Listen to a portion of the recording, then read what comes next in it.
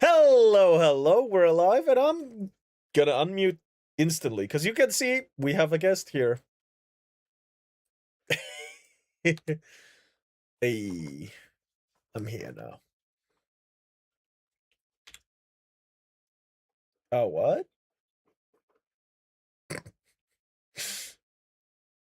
Ooh.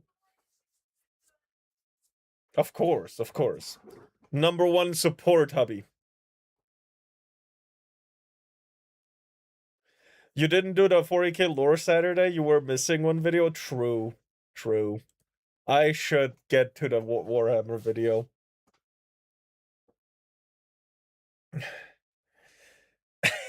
Hold on.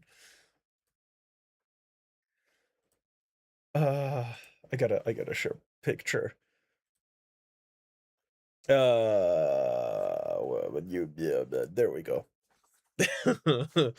We're sharing Silas' stream now. I'm leeching off of his content. Let's go.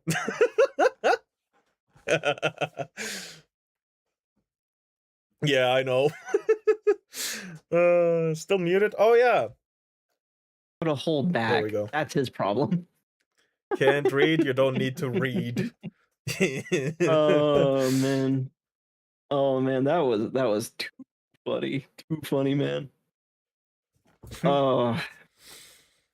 That's a cool design. That's 8s. That's 9s. Are they married? I think so. 9's husband. Husband, boyfriend, significant other. Yeah, yeah. Safe side.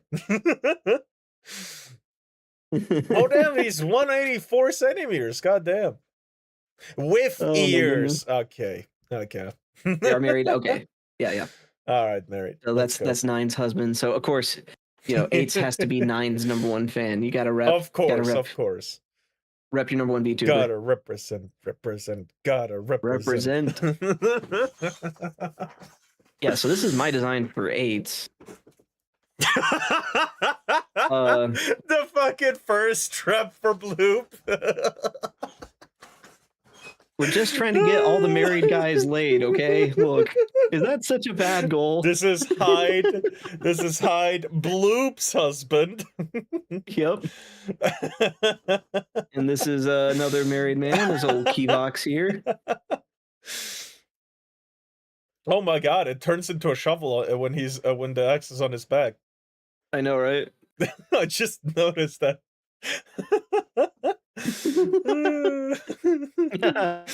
Runya. Oh god, is Runya still firsting? What's up, Johnson? You caught us in a mid-production of a Thirst Trap Hubby. Have you seen The King? He comes out of the water because he was just with Bloop. Oh yeah. Transforming Shovel Axe. Shovel Axe Knight. Let's go. Yeah, look, this is what happens whenever we are determined to get the guy, like the married guys, laid. All right, we make something for their wives. Gotta get him in the mood. Yeah, for real. It is hilarious.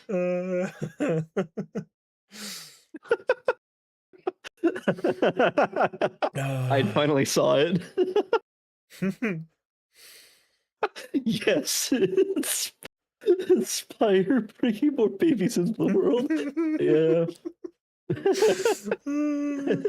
Just saw Hyde like the post. Oh my goodness. Should I post the animation that follow after? Hold on. Wait, what? So what I was gonna say is my mom went to her office today and found her desk moved and rummaged through. I knew about this last week, but Actually, I sent it to you in the group chat. Didn't want to stress her out. This was just moved last week, but right now it looks like the desk is being taken apart. It's understandable that my mom was pretty upset. You saw it in person. Yeah, goddamn, what the fuck are they doing? Okay, we got another live tweet. What is the live tweet? Oh, another one of these. In case the it was not enough. You will. You regret not voting for.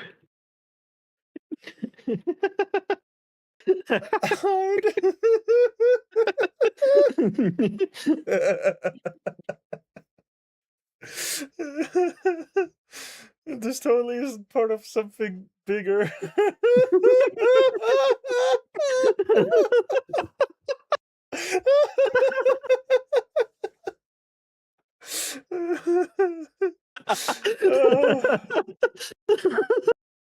Ain't no way.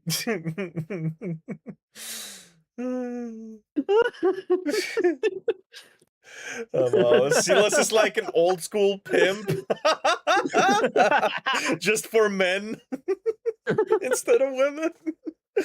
No, we're drawing the ladies in to break their hearts, but also just get the married guys laid. That's our sole objective. In case the earlier point was missed, you regret not voting for.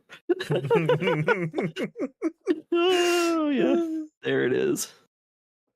Rest, sleep. Oh man. Vibe. Oh yeah. I don't want to sleep, then rest. Oh, that has been too funny.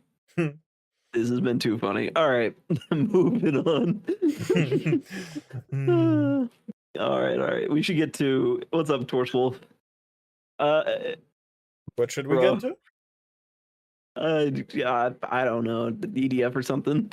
Actual gaming instead of trolling the timeline like we've been doing. Well, we can game, or we can watch some Warhammer 40k lore if you want to. If you can't game. Oh yeah, we do. Excuse me. We do need to get to Warhammer lore. Which video were you wanting to do, by the way? I'm going to send you it right now. We're gonna watch it on your channel, I guess. Works for me. I'm gonna watch it through Discord. Disborg. Oh, that was Discord. How do I chord? There we go. Taro's here too. There, I hey, sent Taro, you the video. Don't look in the Discord right now. Gotcha. don't look at them. Don't look at general. Yo, Zach. Oh. We're gonna do Warhammer 40k lore first, and then if I've still got the energy to trying to find your chat. I think it got buried. No, it's in the VC chat. Oh, it is? Yeah. The one with Riv? Why didn't it pop up for this me? one. Yeah, I'm looking for it. It didn't show up for me. In Huddle. Oh. We're in the VC Huddle. So hard. I was on a call with you. My bad. Got it now. Oh, man. Oh, no, don't close. Oh. Let's see the reason why Pio is late today. Green. Here we go. Okay. All good. Take it back. No, all right. It was weird. Something weird happened. Okay. So do you want to do this one for your channel, or do you want me to record too? Hold on. You can record too. I don't mind. I don't care. I got you. We can just tag each other. It's fine. Can you get out of full frame? Yeah, I got you. Because name and stuff. I usually introduce the video first, because that's where the credits belong to, right? All right. So I'm just gonna record mine so you have a backup. So this is 40k lore, the face of true evil, Pontius Claw, by the Pontius himself. Interesting. Pontius is the lore channel that I've been watching all of the videos. This is actually, in fact, the last video I have to watch until I'm all caught up with this dude. I am along for the ride. Yeah, I'm not totally watching Twitter right now. If you know, you know. Hi, I'm Silas. For all Mumi's viewers that are not overlapping with mine. All right. let's go ahead and full screen this. And Mumi, just let me know when to pause. Yeah, all right. All right. Also, let me know when to play. Play. Oh yeah, the hat.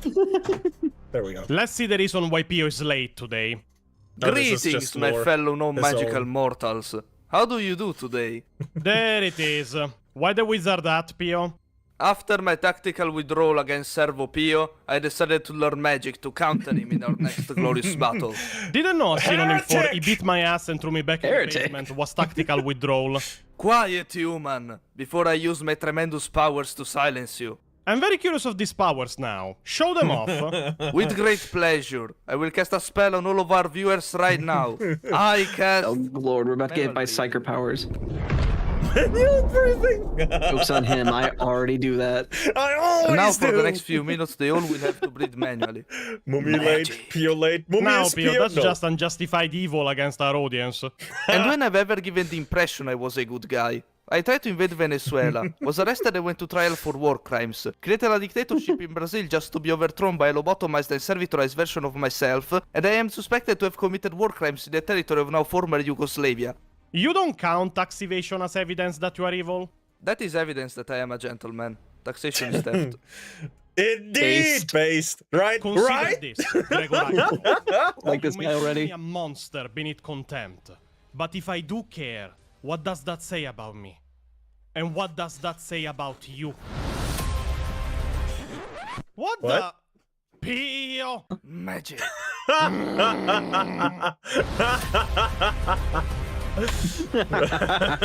Have a was great good. day, Romelius, too. Yeah. No. Do not suffer the witch to live. Oh, goodness. My powers are growing, Danny. I will be unstoppable soon. I can show you some magic of my own if you so wish. Oh, that man. Oh yes, more spells to add to my repertoire. Show me. Ladies and gentlemen, admire how I make Pio disappear. No, no, no. That's good. Oh, that's good. Now, as usual, before we start, I wanted to thank all the members of our Discord, the members of our Patreon, and the members of the YouTube channel for all their support, be it monetary or even just with the vocal support they give for our videos and content. I am proud to say that many people are enjoying the supporters-only series of Lord Destroyers that you can access by donating where at do least I put this? $5 either to the channel or the Patreon. The videos we are watching are getting painful, to say the least. Even Pio got angry at some of them. Granted, the actual short story in the codex is kind of cool. The gal is, Oh, no. is doing. It does. This is. Hold on. Stop right there. One. Let's You Got it. you probably did know get to know the story about the female custodies, right? Oh, yeah, How yeah. They were always there. We just didn't know. And the Totally. blood sports where one of them actually teleported inside the throne room of the emperor. Even though there's void shields that are exactly there to counter teleportation. Yeah, they just it was a shitty story. It didn't make sense. Teleported a nuke into the safest area in the galaxy. Just like that. Man. Just like that. Yeah, no, just continue. He's probably gonna say it too, but I got angry as soon as I knew Yeah. what a fucking void shield was, because the void shield has the same technology as the teleportation device, basically. Yeah. Fun fact about custodies, apparently. I guess they don't have a gene seed. Well, I don't know. That was news to me. Well, it's not the same as a gene seed. It's earlier, I think, right? Yeah, no, the way custodies are Yeah. made is with a specific key, but that key should have been reshaped for each custody, which is how the Emperor made 10,000 custodies in a year, or what was it, 100 years? I don't remember the exact time or the amount. I don't remember properly. Was it 50 a year? I think he made 50 a year. Something like that. Yeah, and now, but they can't reshape the key anymore. And now they just have to go lucky and try the key on every single lock, which is the person. And that doesn't really work, except once every, what was it? Every year. Something like So The already low chances of survival for a custody are even slimmer now. Yeah.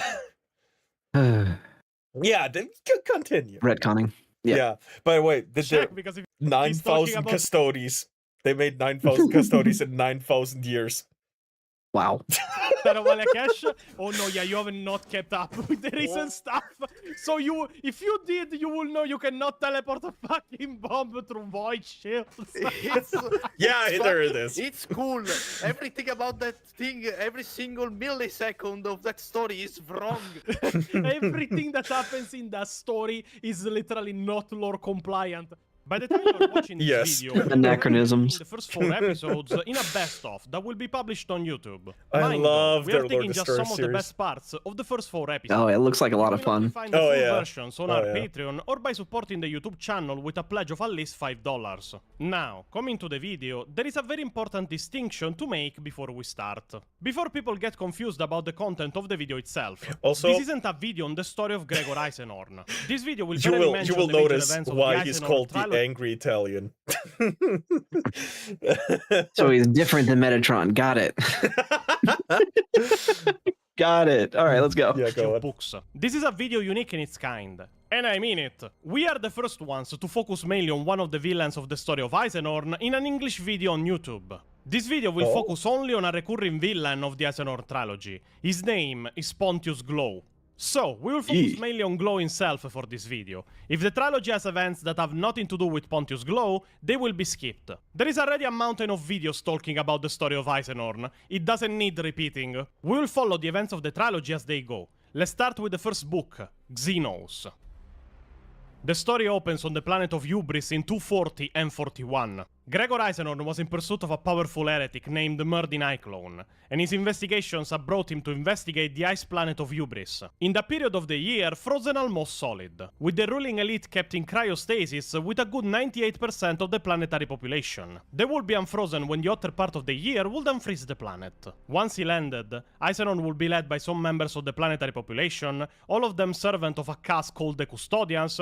No, not those Custodians. Oh boy. Cast of the planetary population charged with overseeing the cryo chambers of the planet during the winter months, and awake the planetary population and the ruling elite of the planet when the otter season arrived. They would accompany Eisenhorn to what they referred to as Processional 212, a giant hibernation tomb housing 12,142 members of Hubris ruling elite. When Eisenhorn, one member of his retinue named Vibben, and the custodians accompanying them arrived, they found the corpses of 4 other custodians at the entrance. The heretic was here. Once they entered, a fight erupted in the cryotomb against Murdin Iclone and the soldiers that fought for him, usually enslaved people under his own psychic control. Both Iclone and Eisenhorn were psychers, and while Vibben and Eisenhorn were killing the followers of Iclone, both him and Eisenhorn were engaging in a mind battle for control over one another. The battle was brutal and unrelenting. In the middle of it, the awakening process for the tomb started for all of its over 12,000 members. Half unfrozen people coming out of their cryotombs only to be killed in the middle of the battle by the crossfire. Not that it mattered. Without the proper recovery and medical crews, the cryo-awakening shock would have killed them anyway. Eisenhorn would end up killing Iclone at the top of the tomb, where he and his few surviving allies were trying to escape. Vibben, unfortunately, was killed in the battle inside the complex. As it will later be confirmed, all occupants of Processional 212 perished for the aftershock of being unfrozen with no medical attention. And as we will learn during the story of Xenos, all of this was Pontius Glow and his I'll close my door real quick. In the tomb would also be found, connected to its main systems, a strange box, visibly constructed of forbidden technology. Neither Eisenhorn nor his servants would understand what it was for at this point, but they noticed that a piece of it was missing. Keep this in mind because it will be important later. Their investigations, as well as their involvement with the death of over 12,000 members of Hubris ruling elite, brought Eisenhorn and his crew at the Sun Dome, the current headquarters of all the awake planetary population of the planet, where he had some explanations to give about the events that transpired at Processional 212. Now, long story short, investigations, politicking, and even a shootout with some more servants of Iclone discovered in the dome would bring 2 developments to the story. The first was that Eisenhorn would recruit in his retinue Elizabeth Bekin, a night woman at the time, but skilled fighter and unknowingly to her, a blank, a soulless paranoid to psychic powers. A blank? She would be instrumental in many events going forward, and she even has her own novel series aptly named Bekin. But especially, in their investigations, they will become aware of one name, that by that point they had never heard before. It is here they will become aware of the name, De Pontius. No, not that Pontius. My Vox link chimed in my ear. It was Betancourt. Ever hear of a thing called De Pontius? I love his No, voice acting. why? I haven't either, but Lowink's cracking some of the old transcripts. In the weeks before Iclon arrived, someone was sending messages of the approved links to a location in the Sundome. They talk about the delivery of De Pontius. It's all rather vague and indirect. Strangely enough, though, the so-called Pontius has never arrived on the planet itself. From the Sundome, they will start to investigate this name and find thousands and thousands of results, until a revelation came upon Eisenhorn. What about the definite article? I have over 9,000 marks with that connection. He sighed. He began to read them from his late list. The Pontius Whirlwind Youth Academy, the Pontius Praxiteles Translation Bureau, the Pontius Gavin Ropus Investment Financiary, the Pontius Spiegel Microsurgical Hospital. Enough! I sat at the codifier, Why is there so many typing in Pontius name thingies? groups, flickering runes onto and darted across like, the template. Text extras. department heads or to something. Focus. I searched through them I'm by guessing eye, that my he's finger just resting invested. on the scroll. He's the Black Pontius Rock Glow, of 40K. Probably. That would make a lot of sense. That's why he's evil. Dad. He blinked That and makes looked sense. at me. There was a half smile of scholarly delight on his narrow face. Not on my list. Because he's dead. Because he's dead.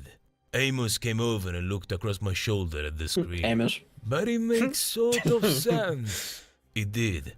A kind of illogic that had the flavor of truth. The sort of spore an inquisitor My favorite gets a minion nose name. for after a few years. The Glow family was old blood. A thrusting noble dynasty that had been a main player in the subsector for almost a millennium. Their primary familial holdings and estates were on Godwin, a world that had already come to our attention.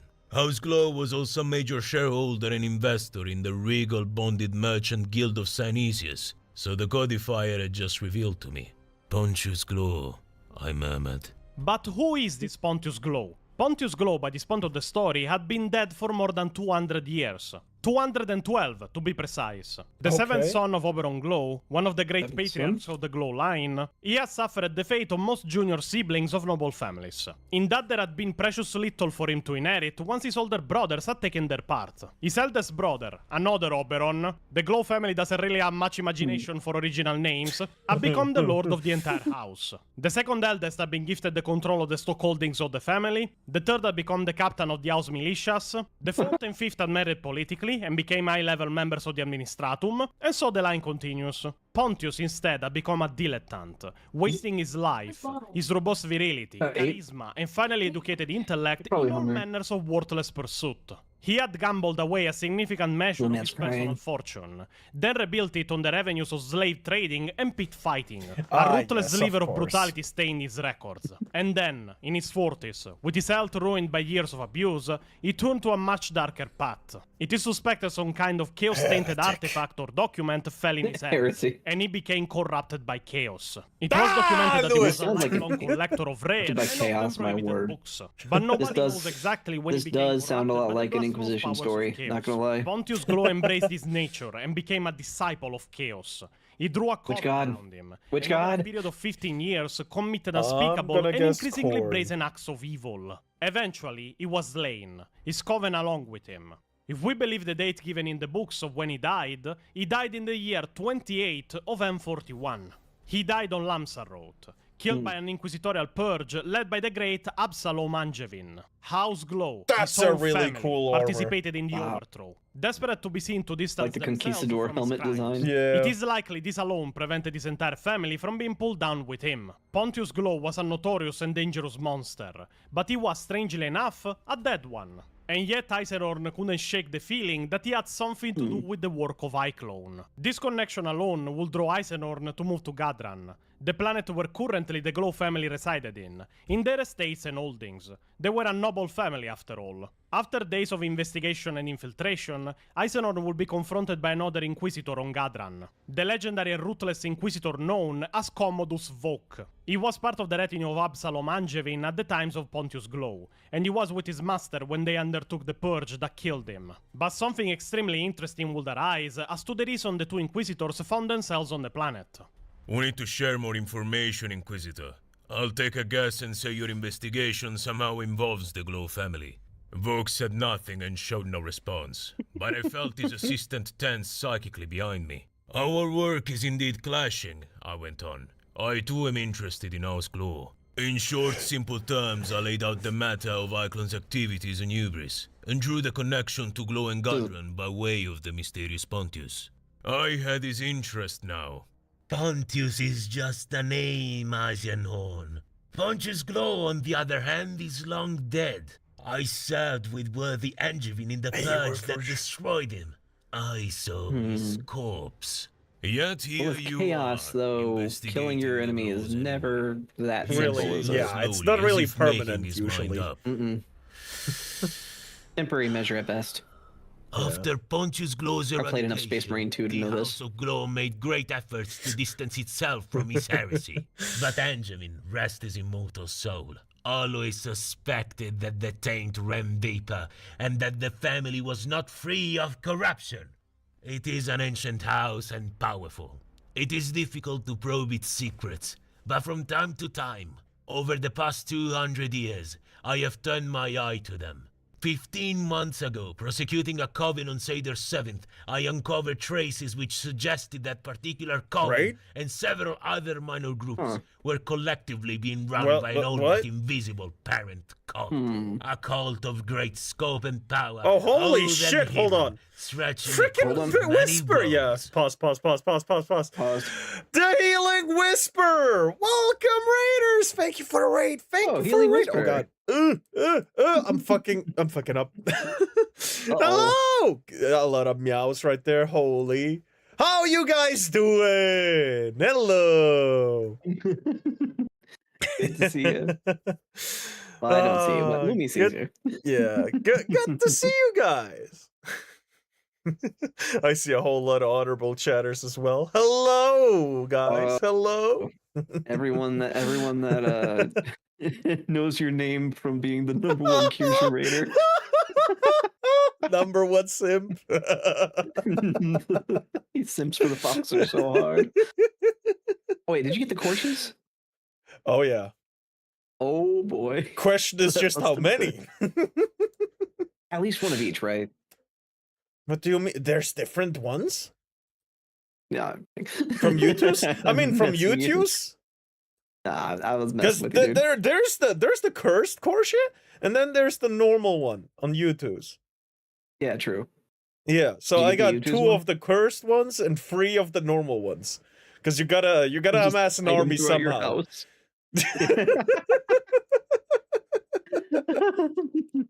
Oh, Healing Whisper, hello! Had a good stream?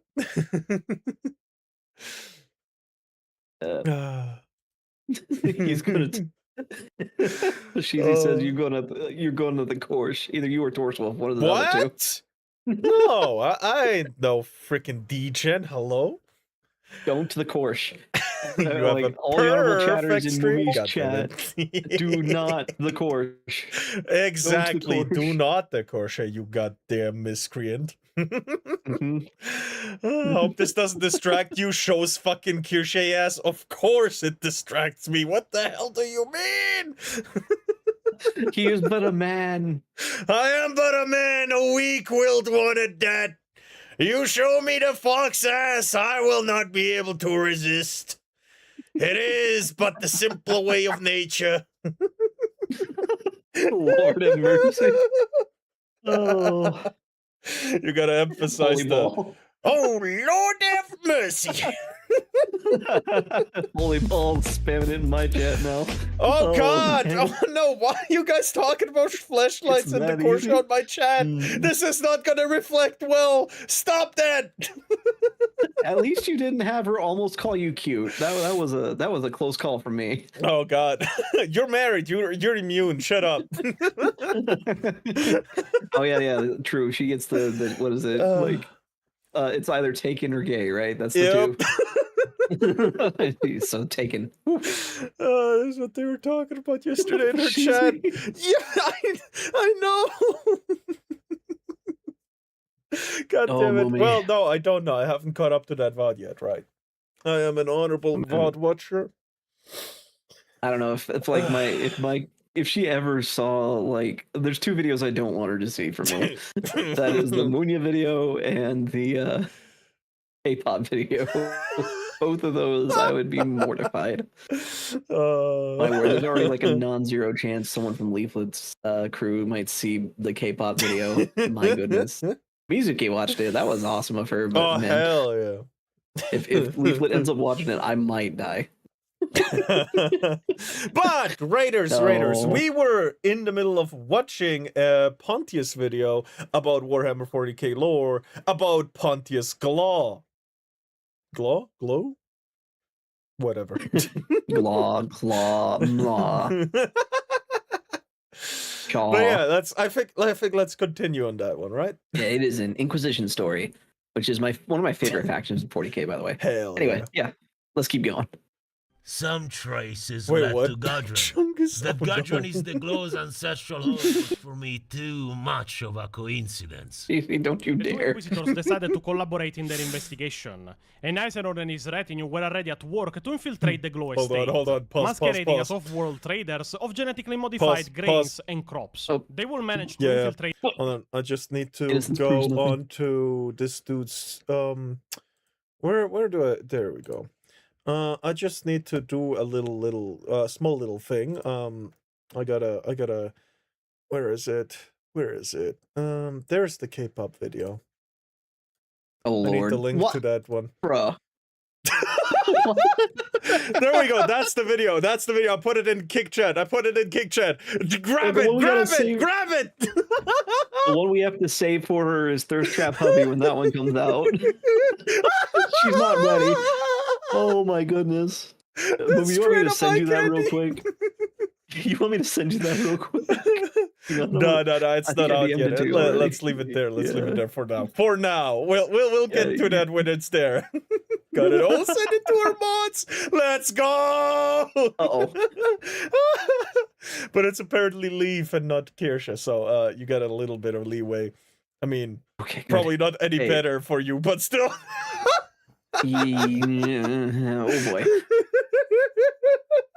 All right, let's continue with the lore video. Hey, Mummy. Fuck you. Get that 6-7 out of my goddamn chat, I swear to God. Look, there's only 6 or 7 reasons to do this. Let's keep going. Fuck you. the Glow estate. And at night, Eisenhorn would equip himself to stealthily move around the mansion, as his retinue had discovered hidden tunnels under the villa, with entrances only in private parts of it, where they were denied access. He would sneak around in the tunnels and use knowledge he had acquired during the investigation to enter in the hidden basement of the Glow estate. There, after sneaking around some more, and even knocking out another guest of the Glow estate, he will find in what was pretty much an hidden and shielded vault a strange orb, pulsating with energy. This orb was indeed the Pontius, a chaos artifact, an orb that contained the essence and soul of Pontius Glow, and all his debased knowledge. Where is Inquisitor Kotias when you need him? Destroy the corruption before it may fester. With a psychic flare, sending him At this down point, a just He tried hold to on. ponder the orb, but instead it was Instead of doing the usual where you go into a mission, realize everything's fucked, and then decide to blow it up, why not just blow it up from the start? For once. I mean, if you know it's there, just delete the object. Right, just sign the death warrant. Like, with this contract, I signed a death certificate of 1 billion souls. Why not? No. Just do it early. It's gonna happen anyway, right? Preemptive strike evil. It won't see it coming. Honestly, it probably could save a lot of lives, but because usually they like fight it, see, oh, we could use this, try to use this, and everything gets fucked up more. That's what usually happens, right? Can't we just? Oh boy. Can we just boom? Yep. Oh man. Let's continue. Oh, okay. Take care of him. Little man is his son, if you didn't know. He gotta take care of the child. It's #1 priority. We gotta understand. You ready? You ready for more bottle? You wanna say hi? And now you get fan service with cute kid. No. Oh. Here you go. Oh, he's getting his baba.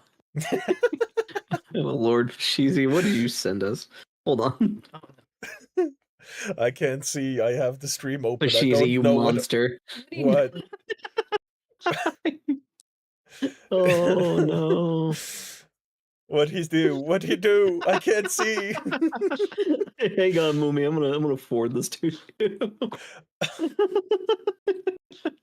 I'm gonna look at the phone. I have to look at it Oh my on word. the phone. It's cheesy. Oh, did he? I keep forgetting how much overlap we all like. I think all of us are Kirsha fans. Ah. Oh Lord, Lord have mercy on our soul. Good, what's even worse is that like this is Thirst Trap Hubby is going to be that cranked up to 11. Yes. Kiddo and lap. Oh my I'll kick it goodness. up 40k lore, starting that education early. Yeah, you gotta. Yep. What do we say? You gotta indoctrinate them early. What? Wait, does she know? What? Didn't your wife just say Pio? No, she doesn't know 40k lore. She can read though. Oh, okay. I was like, hold on, she knows about this channel? Hold on. Oh man. That could have been another reason for the meme. I just fell in love in your arms tonight. That already happened when she said a slur. Yeah. You're welcome.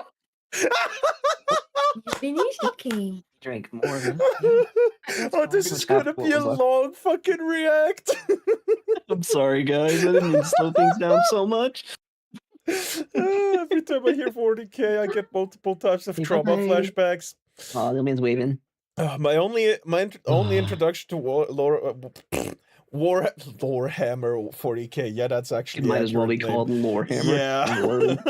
The only introduction I had was Pontius and the game Space Marine 2. So I actually had a pretty good introduction to it. And then came the negative side. Something female custodies. Yeah, something female custodies, Space Marines, and other stuff, but no Sisters of Battle or Silence. Wow, who could have seen that coming? The female representation gets pushed out. Because we gotta push the girls into the boy space, because the girl space isn't cool enough. You know, like the Sisters of Silence aren't extremely busted in the universe or anything. Fucking badass and shit. I know. They know. keep up with Custodies. I mean, they can't beat them. Like, there's just no way, right? But holy shit, keeping up without the augmentations is crazy. The best anti-psychers in the entire that too. series. Like, just all of them are nulls. It's yeah. So I don't get why they need to have females in the male ones. Yeah. And besides, there's also Imperial Guards. Yeah, the fucking Guardsman also. He has videos on Guardsmen, and it's called The Heart of Humanity. It's actually pretty cool. Yeah. Imperial Guard's like one of my favorite factions by far. Yeah. But I think what is it? Is it Militarum Tempestus is actually my favorite. The Tempestus Scions. I love those guys.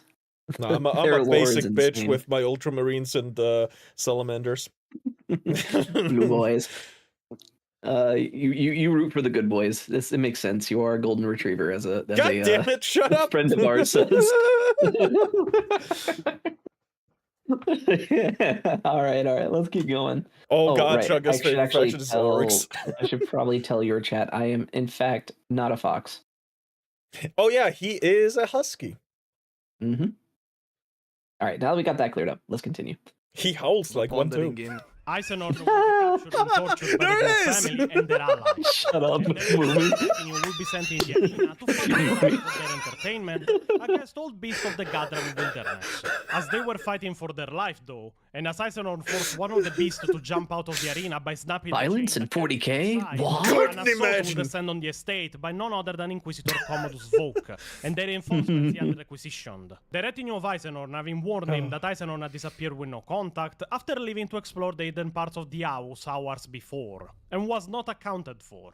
The Glows will be confirmed. I don't even want to talk about that, but she's chaos. Only one member 12-hour streaming. God damn it. The rest were believed dead in the for ships that had been shot down after the attack had started.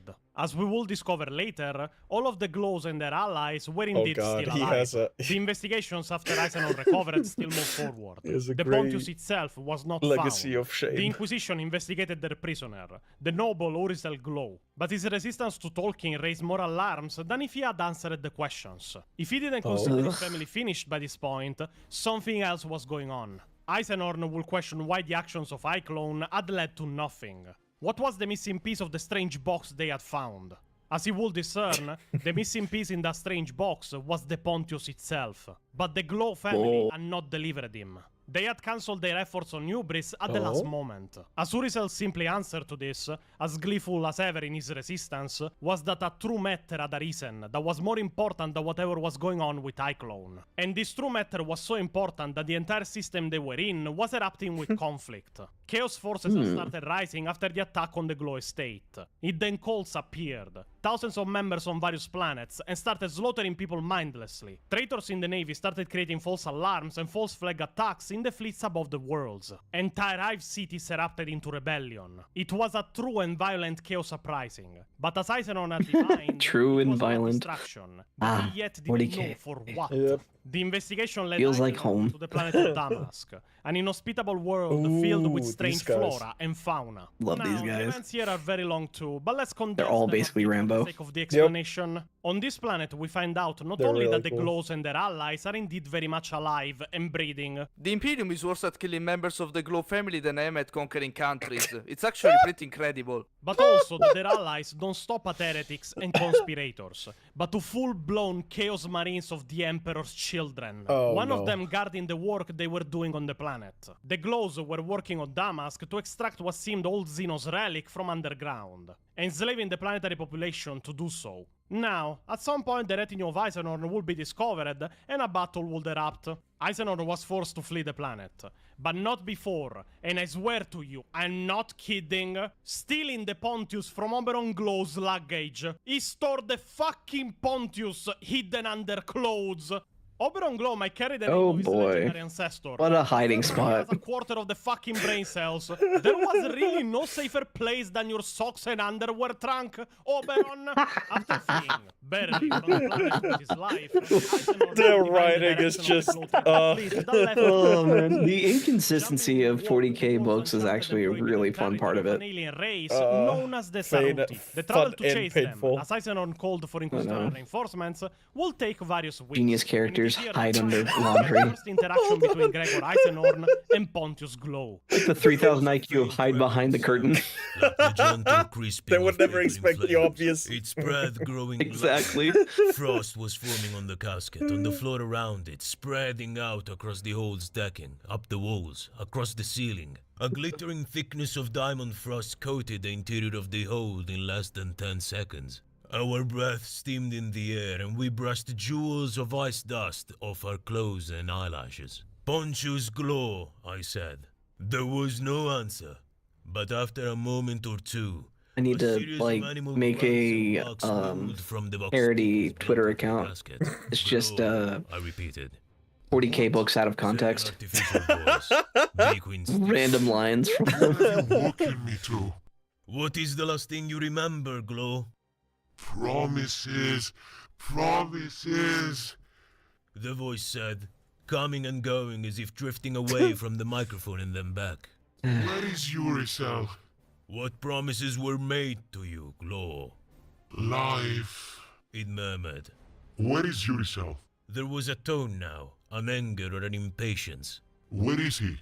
I began to frame another question, but there was a sudden flash of activity. Yeah, this is why you just destroy chaos artifacts when you find them. Yep. Much safer. Stop conversing with chaos! For real. And I had not been here, canceling it out. They're No not doubt American Amos and enough. I They would asked have too many been questions dead. before shooting. Temper. Exactly. I took a step towards the casket. I am Eisenhower. Why ask questions when missile is an option? That's just what I'm saying. That's EDF's line, though. Cognitive function because I allow That's it. EDF, that's You not will America. answer my questions. Man, Will not. we're pseudo-gray. We need to get this going again. Was disconnected. Post-it note strats. Prepare it for disintegration. Wait. The voice was pleading despite its colorless artificiality. I knelt down in front of the casket. I know that your life and intellect were preserved in this device, Pontius Glow. I know you have waited for 2 centuries, trapped in a bodiless state, desperate to be made whole again. That is what your family promised you, wasn't it? Urisol promised. He said it'd be so the methods were prepared. To sacrifice the nobility of hubris so that their life energies might be siphoned off into you through this casket. To give you the power to create a body for yourself. He promised. The stress fell on the second word, anguished and deep. Urisel and the others abandoned you, Pontius. They abandoned the hubris project at the last minute in favor of something else. They are now all in the custody of the Inquisition. No. The word turned into a hiss that died away. They will not. I am sure they wouldn't. Unless it was something so vital, so unmissable that they had no choice. You'd know what that would be, wouldn't you? Silence. What will be more important to them than you, Pontius Glow? Silence. Pontius. They are not caught. What? Who are not? My brethren, my kin. If you had them, you would not be asking these questions. They are free, and you are desperate. Not God at all. damn it. You know how it is. So many lies, so many conflicting stories. Oh man, when an interrogation goes wrong. In exchange for freedom, I came to you for the truth. No. Credible, but no. You know what it is, Pontius. No. You know what it is. They walk you from time to time to keep you informed. That's when you destroy it, exactly. That surrounds you in that globe. Yeah, you should have Beneath us, destroyed it the focus moment on you pulling saw the it. chapel they built to Oh yeah. I saw you there. You subdued me with your power. I will do so again. It said, traces of fire once more flickering along the golden filaments and woven. This is why Kotiaz is the best Inquisitor. Quartz-like lamp. You know what it is. They Bro would have just destroyed it immediately. No questions asked. Thank you, at least one of them You exists. were lying, I said and yanked the wires out. A brief moan rolled from the Vox speakers and faded. The lights on the casket went out. Air temperature and pressure began to climb again. The frost began to dissolve. Wait, what the Aizeron should fuck? have Why asked do you him to let hate him Death ponder Guard some players? Xenos pornography. I'm sure Glove would have complied. It's a lot of orbs by doing that. It does kind of sound like the half drop from Halo. For the love of Michael Sterl! Yeah. Have you been pondering Xenos pornography on the tech? You always do this. You always go to the website and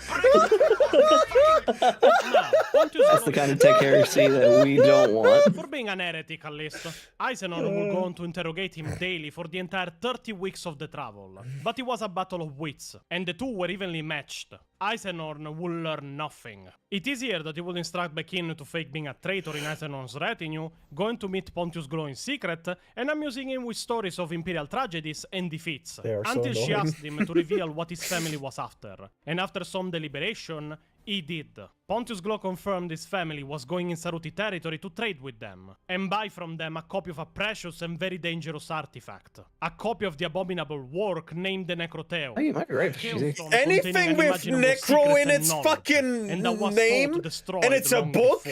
Pontius Glow and his family were Destroy fomenting it! everywhere. Yeah, why are we even... 1,000 nobles only to have enough energy. Why does only Rabute get a pet Eldar cult waifu? Only when they establish contact with the Saruti. That Gonna have a line. real strong stomach to watch a Xenos AV. Oh my god, please do not. All following Pontius Glow in their corruption. Now, the rest of the story is extremely complicated, but gladly unrelated with Pontius Glow. Eisenhorn will follow the Glow fleet in Saruti territory and enter a pocket dimension created by these corrupted Xenos. Corrupted by the Necroteo. If she's even read it. The Garda were tricked by the Glow family to follow them in Saruti territory. Eisenhorn and his retinue would interrupt the deal between the Glow family and the Saruti, killing them. Wait, you've been awake for 40 hours? Go to sleep! Wait, what?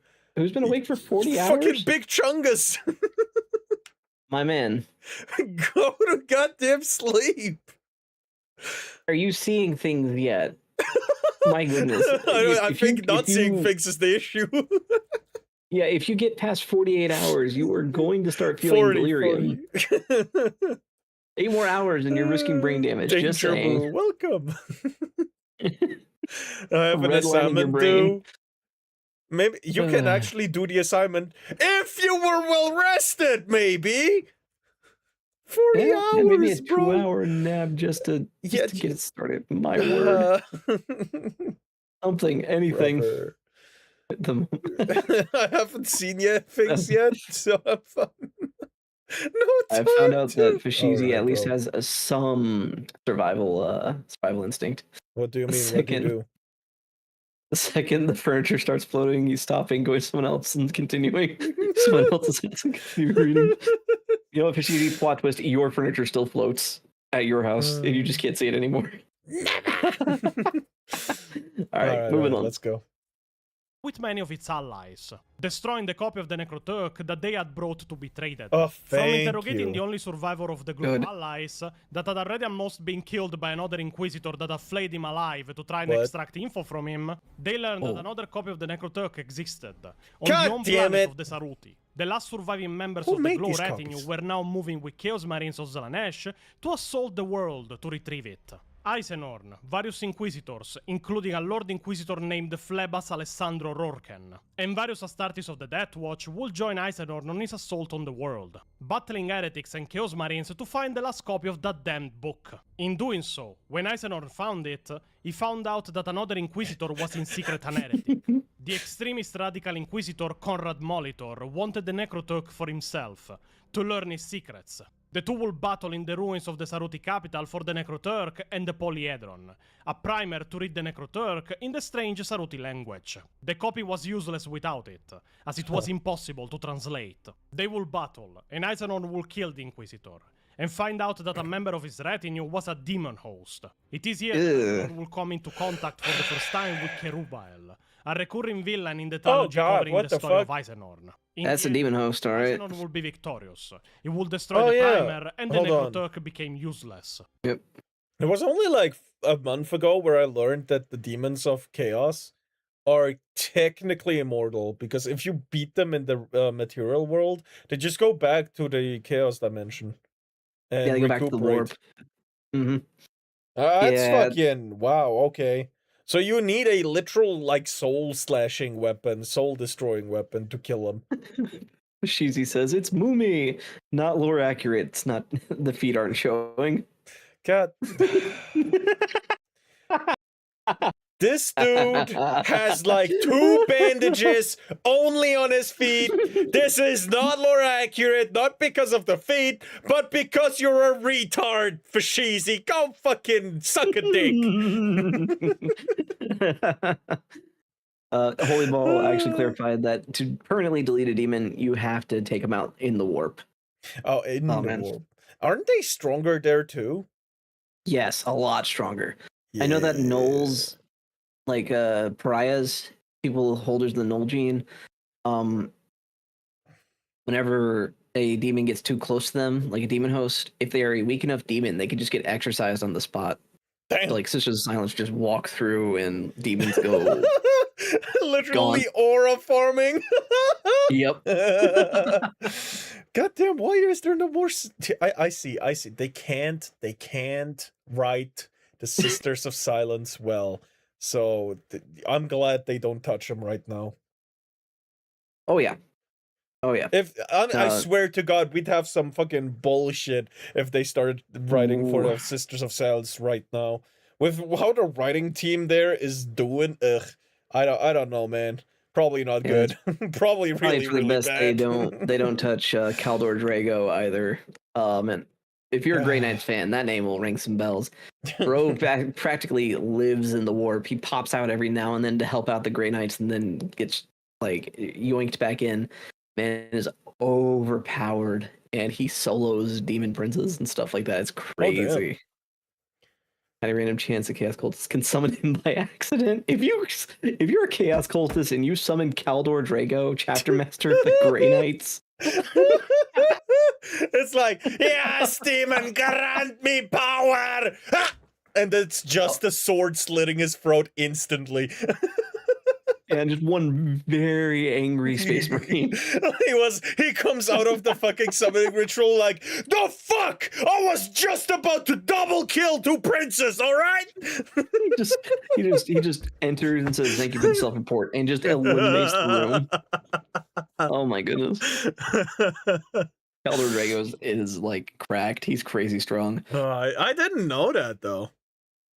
Oh yeah, dude, look up Grey Knight lore. It's so good. all right. Well, let's continue. Before it too was destroyed, they managed to escape the planet minutes before it was completely annihilated, as it was already being subjected to exterminatus, as Isenon was battling the Rogue Inquisitor. Isenon will keep with himself the Pontius, right there. And his presence will become a constant in the story of the Inquisitor. Why not start with that? The second book of the trilogy, Malleus. Unfortunately, the second book is also the one that has the least involvement by Pontius Glow. In fact, out of a 23 chapters book, Pontius Glow appears in chapter 20 and stays just for a couple of chapters. Not that his involvement in the story is diminished in any way, it's just that he's not there much in this book. He's literally a glass bowl. Did he have something better to do? We will go through the general parts of the story of Malleus. Yeah, that's basically what would happen. Pontius Glow is actually in. As the second book doesn't focus on him almost killed Slanesh, got caught in a trap because he knew kill Slanesh was enough pride. Man, that sucks. On the planet of Lete 11. There, Isenon and his team bring down a xenophile cult leader known as Beldame Sadia. Isenon himself would also in the raid, what the fuck? and several of his retinue will be slain. Very chaos. One of them was also Arya Rodez Zweidir, at the time the lover of another very famous Inquisitor in 40k, Gideon Ravenor, which held the rank of interrogator under Isenorn as an apprentice. As Isenorn and his team were recovering from their wounds after the elimination of Beldame Sadia, they were called back on Trajan Primaris to attend an event called the Holy Novena, pretty much a party in a parade in honor of the successful and concluded Ophidian campaign. There, Isenon will be informed by an old friend and fellow Inquisitor known as Titus Endor. No, not that Titus! Not that Titus. We're going around the name of Isenorn. From inside the Inquisition himself, he was being suspected of being corrupted, but nothing formal had happened yet. So, Isenon went on with his duties as the parade was prepared, and then took place. During the novena, Isenon became struck by a sense of foreboding while paying homages to the tomb of an old friend, stopping in front of it during the parade, as various Inquisitors were part of it. It is then that a pass by a squad of lightning fighters turns into a disaster when some of the aircrafts crash directly into the procession. Those of the same squad that survived then turned. Can't even escape them in fiction. Against the Imperial Guard, Marines, and generally the people taking part in the parade, strafing as they ravaged the packed masses with fire, killing thousands every pass. In the chaos, 33 high-level Chaos Psykers, including some alpha-level Psykers in their midst, that were being paraded by the War Master as captured prisoner taken during the Crusade like trophies, managed to free themselves, and the entire city turned from complete chaos into a battlefield. I think it was like 4 Psykers got. Or will be grievously wounded and left paralyzed completely. All the surviving Inquisitors, including an old friend like Commodus Voke and others, will team up with the Imperial Guard and Space Marines in the Hive City. And an hunt for all the Chaos Psykers started. The most powerful ones behaved almost like gods, controlling hundreds of innocent citizens like meat puppets, and throwing them against loyalist forces without any kind of remorse, having them cut down just to keep them at bay. In the end, some will be recaptured, the majority killed. One in particular, though, alpha-level Chaos Psyker Esaradon, was cornered by a team of Inquisitors, Marines, and Almighties, with the participation of Eisenhorn himself. Why do they I hate what Chaos does to someone. He had taken refuge in, Yeah. Esaradon was incinerated by Inquisitor Lyko. But examinations after the events undertaken by an interrogator known as Ishbael, that had lost his own Inquisitor during the fighting against Esaradon, proved to him that whoever Lyko had incinerated in the battle was not Esaradon. I have no idea what's going on. Ishbael under his wing for future events. Like with the art, I mean. Unfortunately, before the could question Lyko further, he had fled the planet. His own estate on Trajan Primaris left empty and abandoned. It is from here that Eisenhorn will decide to follow him, concerned that he might be working with Esaradon himself. We have seen more Chaos-inclined Inquisitors until now than Chaos Marines. It's pretty weird. They will follow Lyko to a planet known as Ekan. Long story short, it was a... Maybe because they can actually fight the Inquisitors, Chaos Marines are a lot more dangerous. But he had done so not for himself, but for even higher forces. Especially when during an auction for the Psyker undertaken by a crime boss of the planet, Kerubael appeared again. A battle would ensue, and Eisenhorn would only numerous times. Not by Kerubael. No, do not fuck this guy. Strangely enough, Kill as him. Lyko was cornered in one of the harvest machines of the planet. He belongs to Slaanesh, that's what he wants you to do.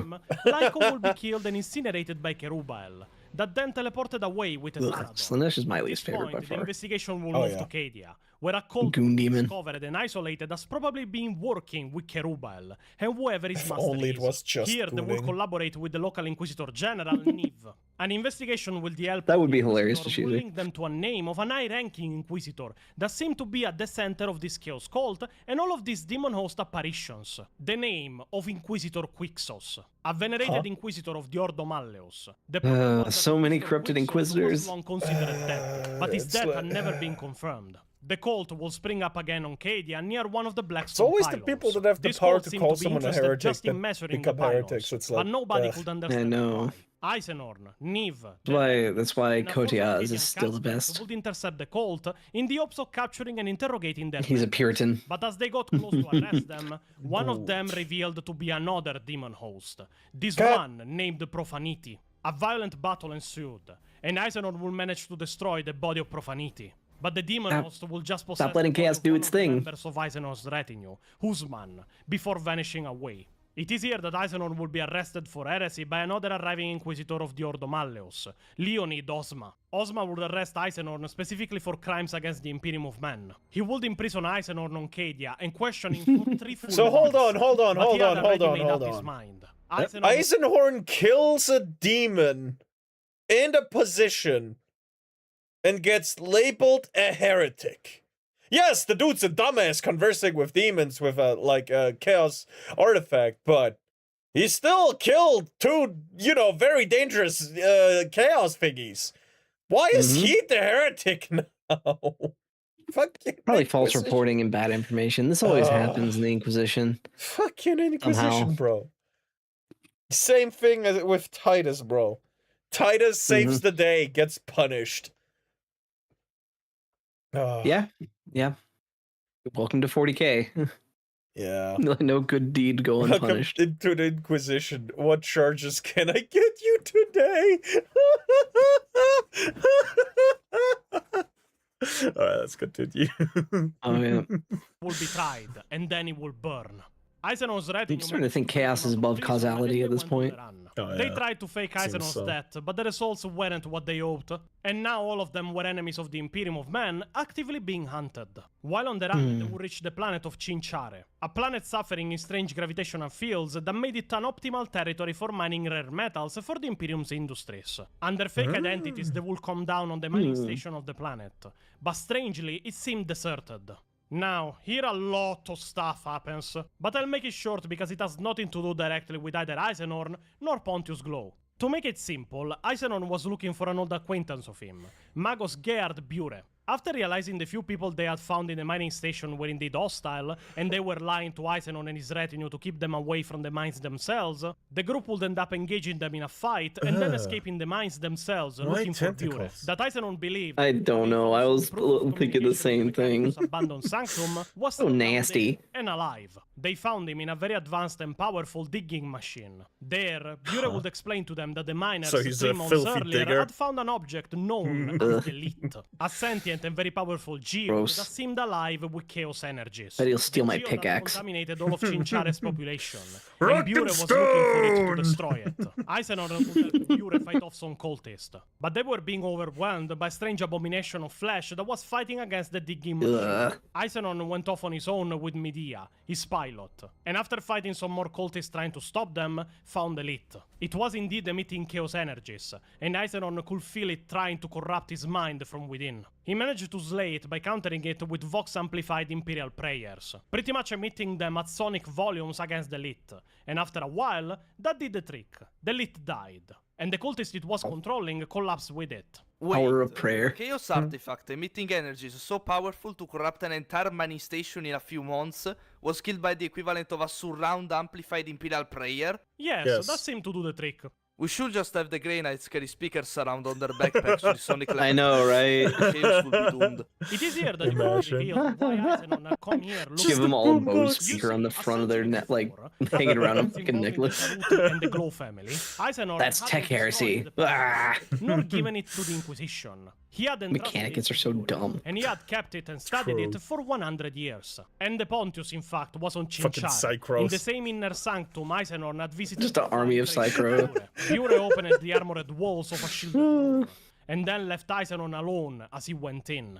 Hello, Eisenhorn. Oh, Said God. a hollow vox-projected voice. Here it goes again. Casket that squatted on a basalt block in the center of the room. Both casket and stone were caked in ice. Tiny lights darted and blinked inside the casket's open lid. I prepared myself, then replied, Pontius Glow, we meet again. Eisenor had not come here for a reunion with an old friend, however. He very much still despised Pontius Glow, but unfortunately, he was the only one he could turn to for help. Yes, you heard me right. Eisenor came help? here to ask Pontius Glow for help. Oh Let no. me make Why? sure I understand you, Eisenhorn. Said the disembodied voice of Pontius Glow, slowly and contemptuously. You think I am going to help you?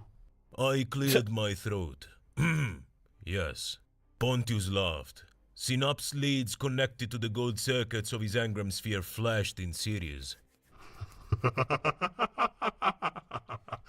I didn't think a man of such studied dullness and sobriety as you would have the ability to surprise me, Eisenhorn. My mistake.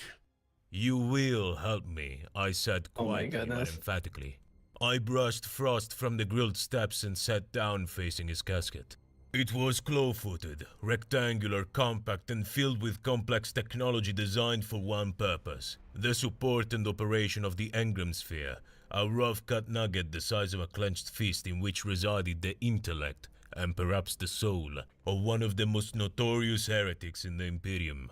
Pontius Glow, dead in body for nigh on 300 years, had been in his physical life one of the more unwholesome products of the powerful Glow dynasty. That family line, part of the high nobility of Godrun, had whelped many heretics in its time, the last of whom had been instrumental in the affair of the Necrotheok. Supported by the considerable efforts of Imperial Navy security, I had all but crushed their poisonous lineage, and in the process had captured the engram sphere of Pontius Glow. His family and their minions had attempted to sacrifice thousands of innocents in order to restore him to physicality. That too I had denied.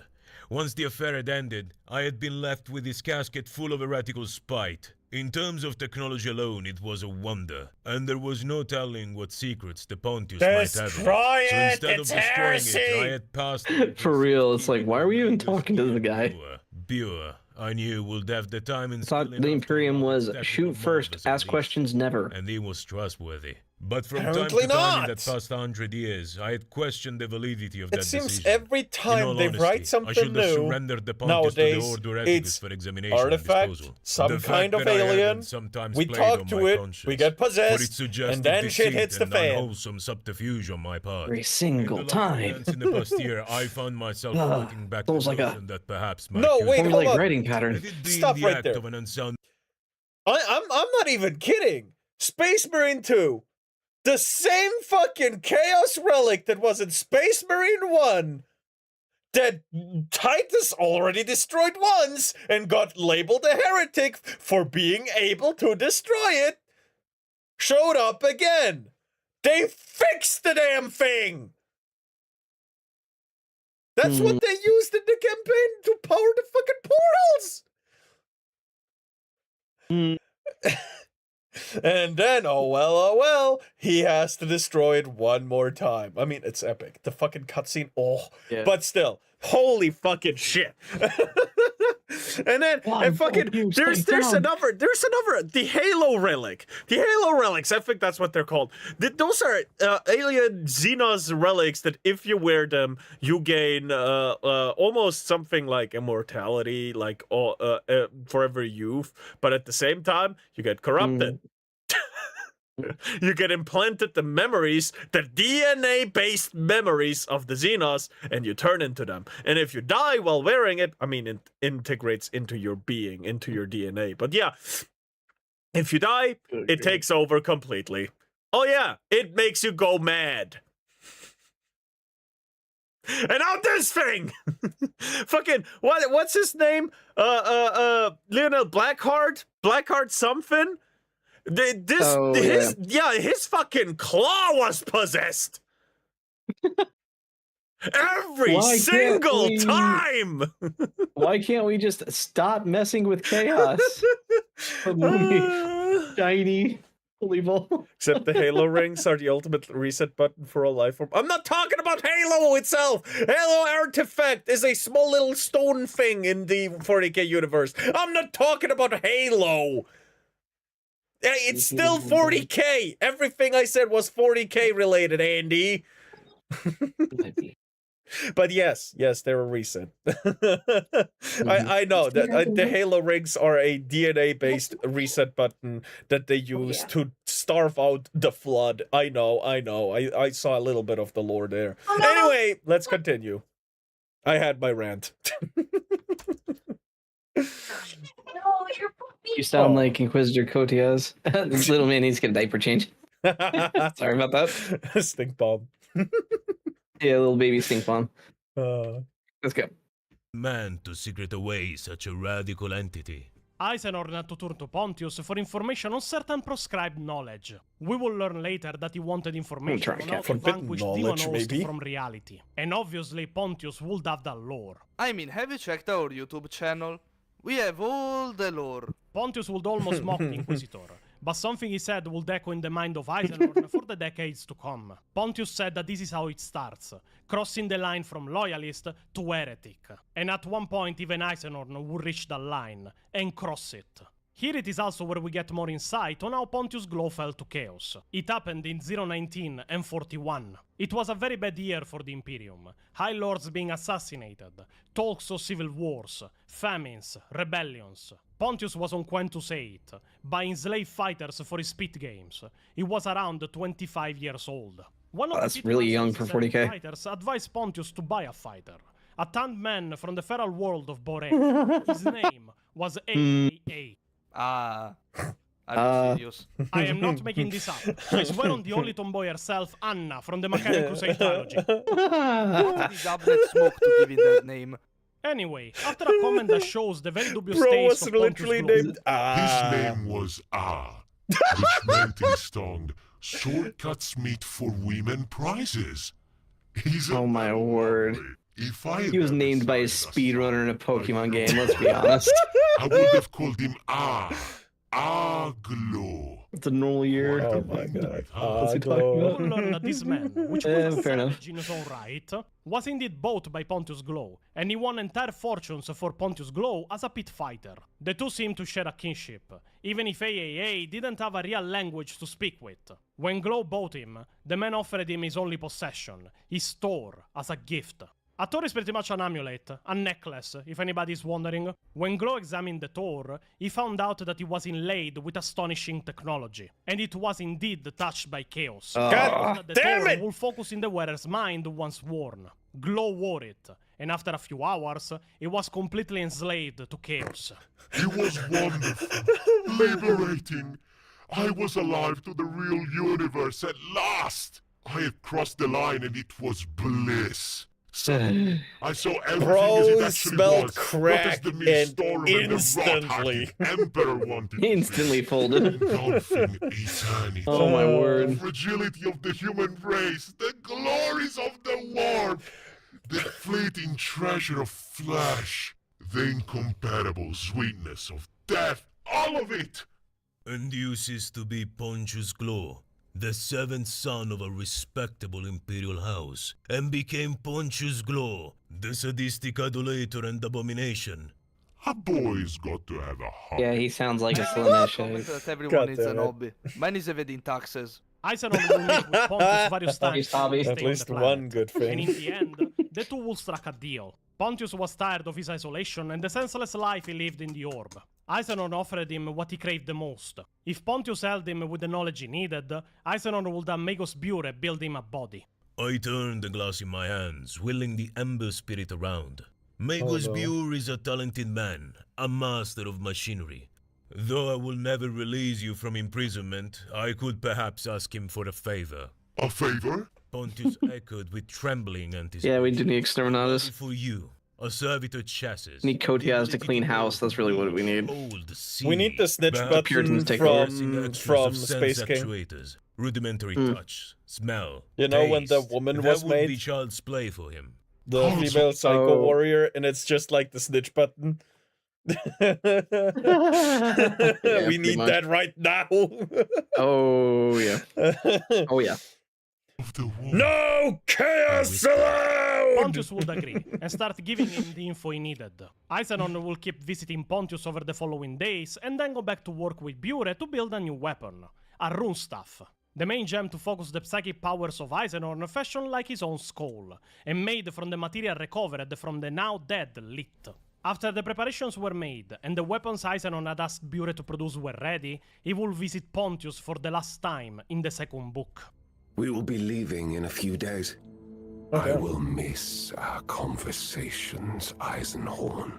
Nevertheless, I have to go. You really think you're ready?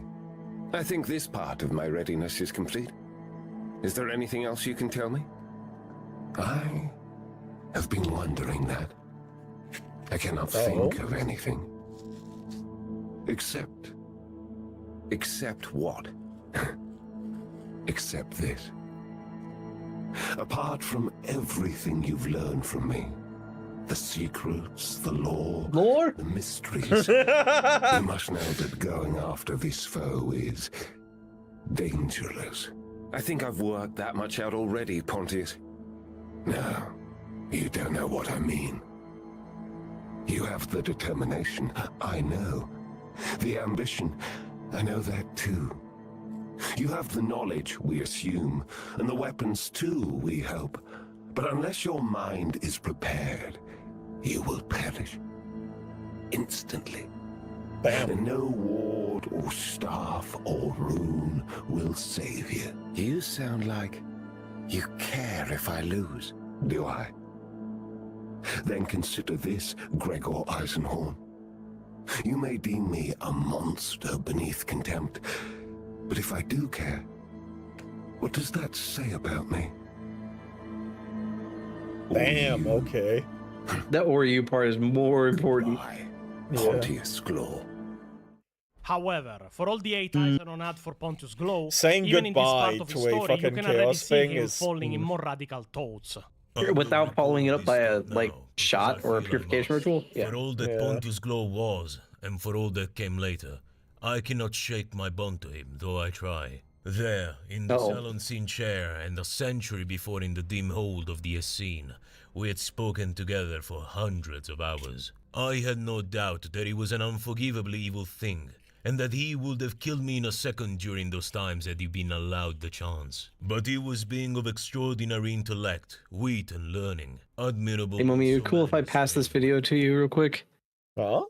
45:35 is where we're at. My wife needs some help. Yeah, no worries. Yeah, sorry about that. What did he mean by pass it over? We're just gonna chill here until he's back. Oh shit. Oh, this is what he meant.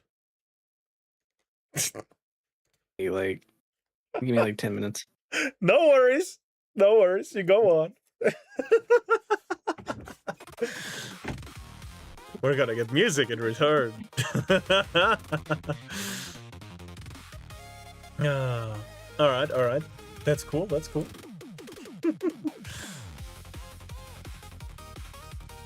What did he mean by pass it on? Fucking goober. So we've been having a whole lot of fun. This evening has been great so far. Honestly, though, I underestimated how long we're gonna have under React. It's already been over an hour and we're, what, halfway through? Not even. Oh god, we're gonna take so long. What is there? Fuck it. Oh yeah, there's 40 minutes left. No, we are halfway through. Okay, we gotta. I'm still yawning.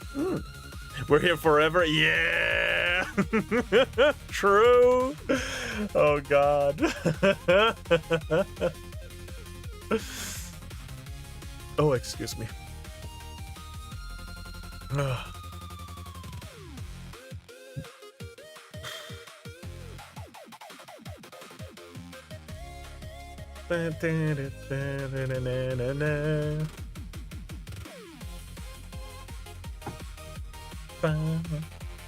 But yeah. I wanted to watch a 40k video with him. Oh damn, Holy Bull, thank you for the sub on Twitch. Damn, brother, thank you. And the follow on Kick, goddamn. I'm not talking about how many hours I got for sleep. Then sleep now. Sleep now, please. Why do I have so many sleep-deprived retards in my chat? Every time someone talks about sleep, it's like, yeah, I had so little time for sleep, like it's a goddamn flex.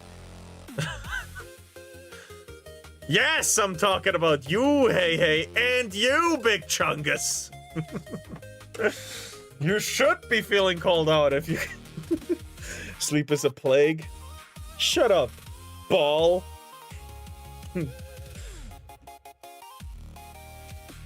Oh. The fuck do you mean? I slept just fine for an undisclosed amount of time. Yeah. Imagine losing 1/3 of my life just because you have to rest? So your body can function proper? Okay, little minute fire. I was just having fun playing games instead of sleep. Yeah, maybe sleep instead. At least 2. Sometimes usually average of 5 or 6 hours during work week. Uh-oh. A little bit more. He's really upset. Oh no. Oh no. Hang on, buddy.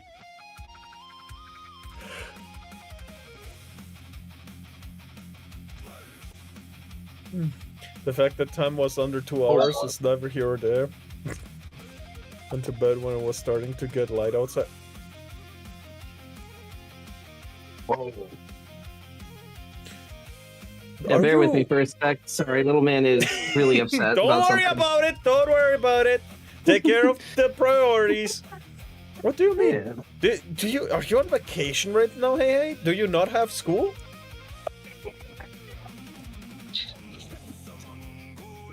You want to play with the microphone? That's fine.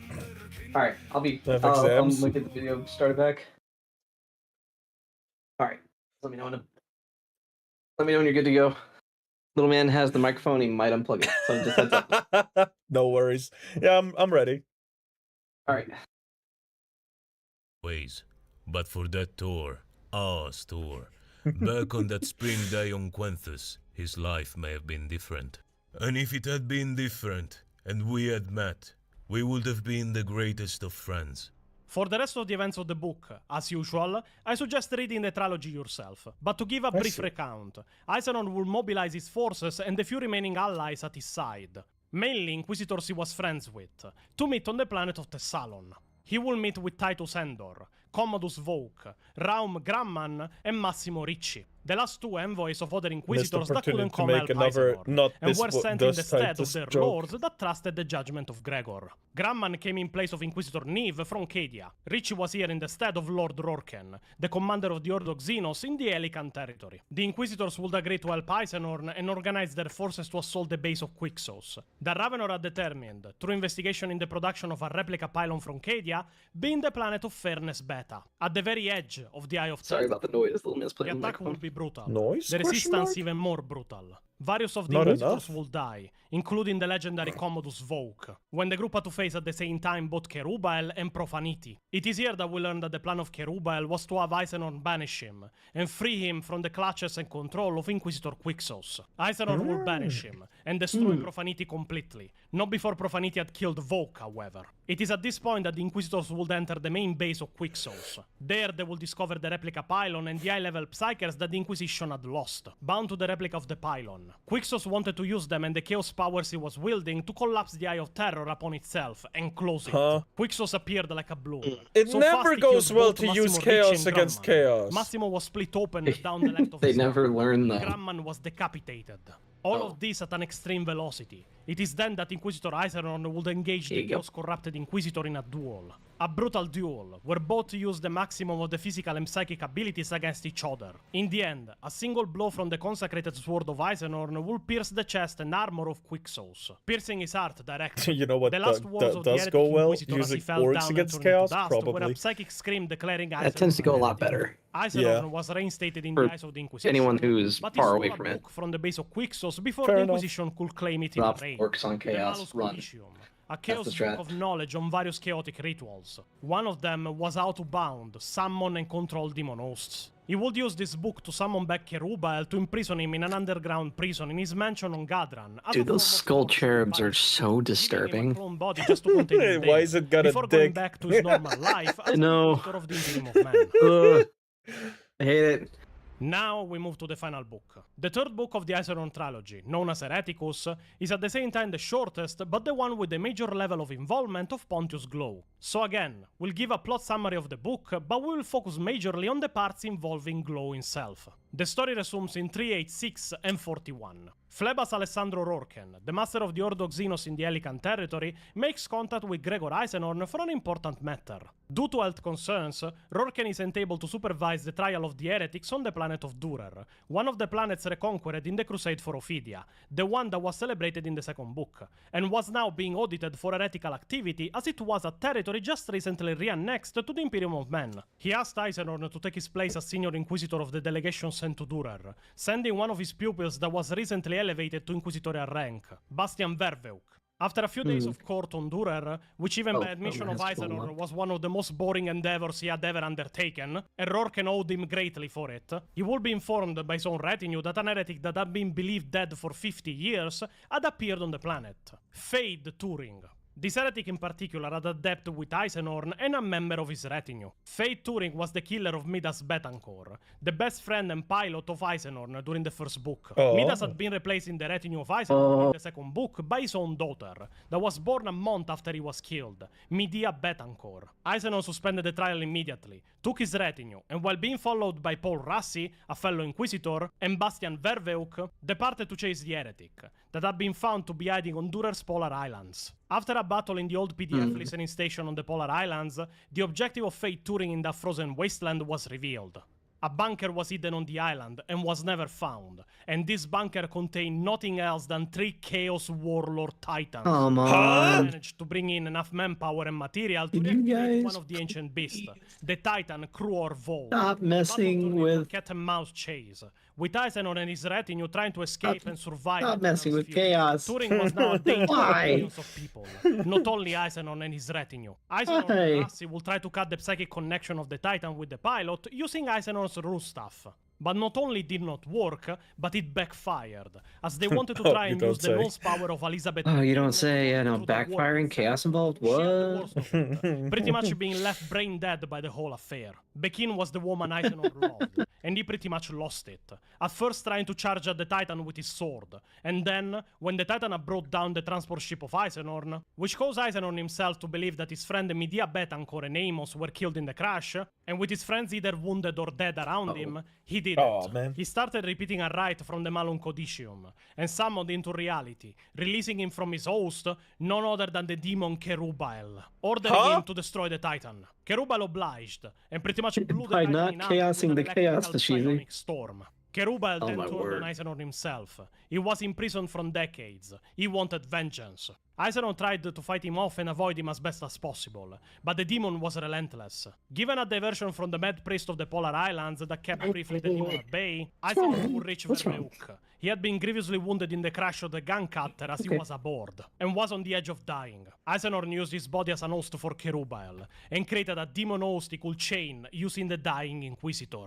After this, Eisenhorn and the surviving but wounded members of his retinue, except for Godwin Fishig, will flee the islands with the demon host, leaving the planet immediately with it before the Inquisition arrived. Now, things here can be when it infects you, it makes you sad. Not because they are bad, but because the large majority of the book is pretty much the same thing. Eisenhorn being hunted down by people that want to kill him. So I'll just give you the gist. You play the microphone again? Eisenhorn returned to his mansion on Gadran, and imprisoned Cherubile again. Until one night, the mansion he lived in was assaulted, the defenses being sent offline by an infiltrator in his own guard. A good chunk of his retinue and all of his servants will be killed, or grievously wounded in the assault, and he will flee and hide on the planet. He then will find out that it was not only to him that they aimed at, but they had already attacked and killed pretty much all people connected to Eisenhorn. As we learn later, some of them have survived thanks to the intervention of Gideon Ravenor and some good fortune on their side. But pretty much over 200 people were dead, thousands of civilians killed to get to them. Even entire hive hubs being blown up just to kill people connected to Eisenhorn.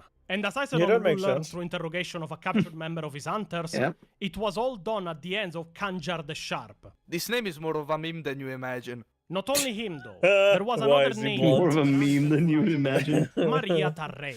We will discover who this woman was after the now fugitive Eisenhorn, with the survivors of his retinue, reached the city of Newgave, always on Gadran. There, they had to meet with Arlon Nail. But Eisenhorn had anticipated this would be a trap, and used the Malus Codicium to control the dead body of the commander of the mercenaries that had attacked the train he was traveling in. Headphones on. Good for you. To go to the place of the meeting instead. It is there that we will meet Maria Tarrey, in a cafe where Eisenhorn had to meet Nail. Chaos being a smart, trap was not a good prepared. idea. The woman had brought with herself an Little man being smart. catch and kill Eisenhorn. Eisenhorn was kilometers away. He's putting on my old headphones. Of dementia in By himself. She noticed that it was the body of Hetrick, the commander of the mercenaries that were sent to kill Eisenhorn. And it is here that we will learn what the correction between Maria Tarrey and Pontius Glow truly was. Maria Tarrey drew a plasma pistol and shot Hetrick through the chest. The Vossarines all around opened fire with their autoguns and las carbines. As my puppet was torn apart, I let go of the warp vortex that had been spinning in my mind ever since I had summoned it. It surged out of Hetrick's collapsing body and expanded, annihilating the Janissaries, Antipul's Lounge, and the entire level 60 deck of Hive 4 in a radius of 50 meters. Maria Tarrey was atomized. In the last milliseconds of her life, her mental shields collapsed in terror, and I got a precious snapshot into a powerful psychic mind. Enough to know that I had just annihilated Pontius Glow's daughter. To put it simply, Pontius Glow was now free in his new body, and was killing everyone that still knew he existed. Remember, the Inquisition doesn't know. Eisenhorn kept him a secret. Pontius was working on his own plan while eliminating anybody that might try and stop him. Eisenhorn would also find out what they wanted from him. Other than him dead, obviously. Pontius knew that Quixos had the Malum Codicium, and if it was never recovered from his base, it was obvious that Eisenhorn had it. Pontius wanted the book. I imagine Pontius Glow now wants me dead even more than before. But they were after the Malus Codicium, you see. I learned that from her undefended mind. Glow knew Kishos must have it, and once Kishos was dead, realized that it must be in my possession. He wants that book so much. Do you know why? I saw images of an arid world just before Maria Tarrey died. A dried out husk where primeval cities lay buried under layers of ash. Glow is after something there, and he needs the Codicium to help him. After various events, really, if you want to know more, read the books. Eisenhorn would end up being reunited with the few survivors of his retinue and his old apprentice, now full Inquisitor, Gideon Ravenor. Ravenor would reveal that he was working with an elder Farseer that had seen the future. He knew that him and his friends would be See the future! and he helped how he could to save some of them. They met at the planet of Pomona, a planet that was confirmed to have been visited by Pontius weeks before. But nobody could understand why. Just because they're psychic doesn't mean they're smart. Why. And they used their psychers to create a seance to see what happened in the past on the planet. It is here that we will see Pontius glow in his new form for the first time. I felt Ravenor reach out with his mind and fine-tune the coherence of the image. Just standing there beside him, I could feel how strong his mind had grown. My old pupil was frighteningly powerful. Suddenly the image resolved. 3 figures wading through the bayou's knee-deep water. One, a massive ogre with a blaster cannon, followed in the splashing wake of a sturdy male human. Ogres like ogre-like humans. His face they're really big. by every breather. This human was scanning the area with a hand. The nice 3-year-old mentally mutated guys. Yeah. It was tall, broad, and moved with a strange stiffness. Its body partially. Inversely, we have squats. First, like a Squats are funny. I like squats. They weren't feathers. They were like dwarves. Tongues of polished, sharpened metal interlaced into an armored garment. Beneath it, I could glimpse a body of burnished chrome, duralloy, and steel. A mechanical humanoid body of marvelous design. The work of Magos Geared Pure, I had no doubt. The late Geared Pure. This was Kanjar the Sharp, the man-machine, the living blade from the Elder Vision, Pontius Glow.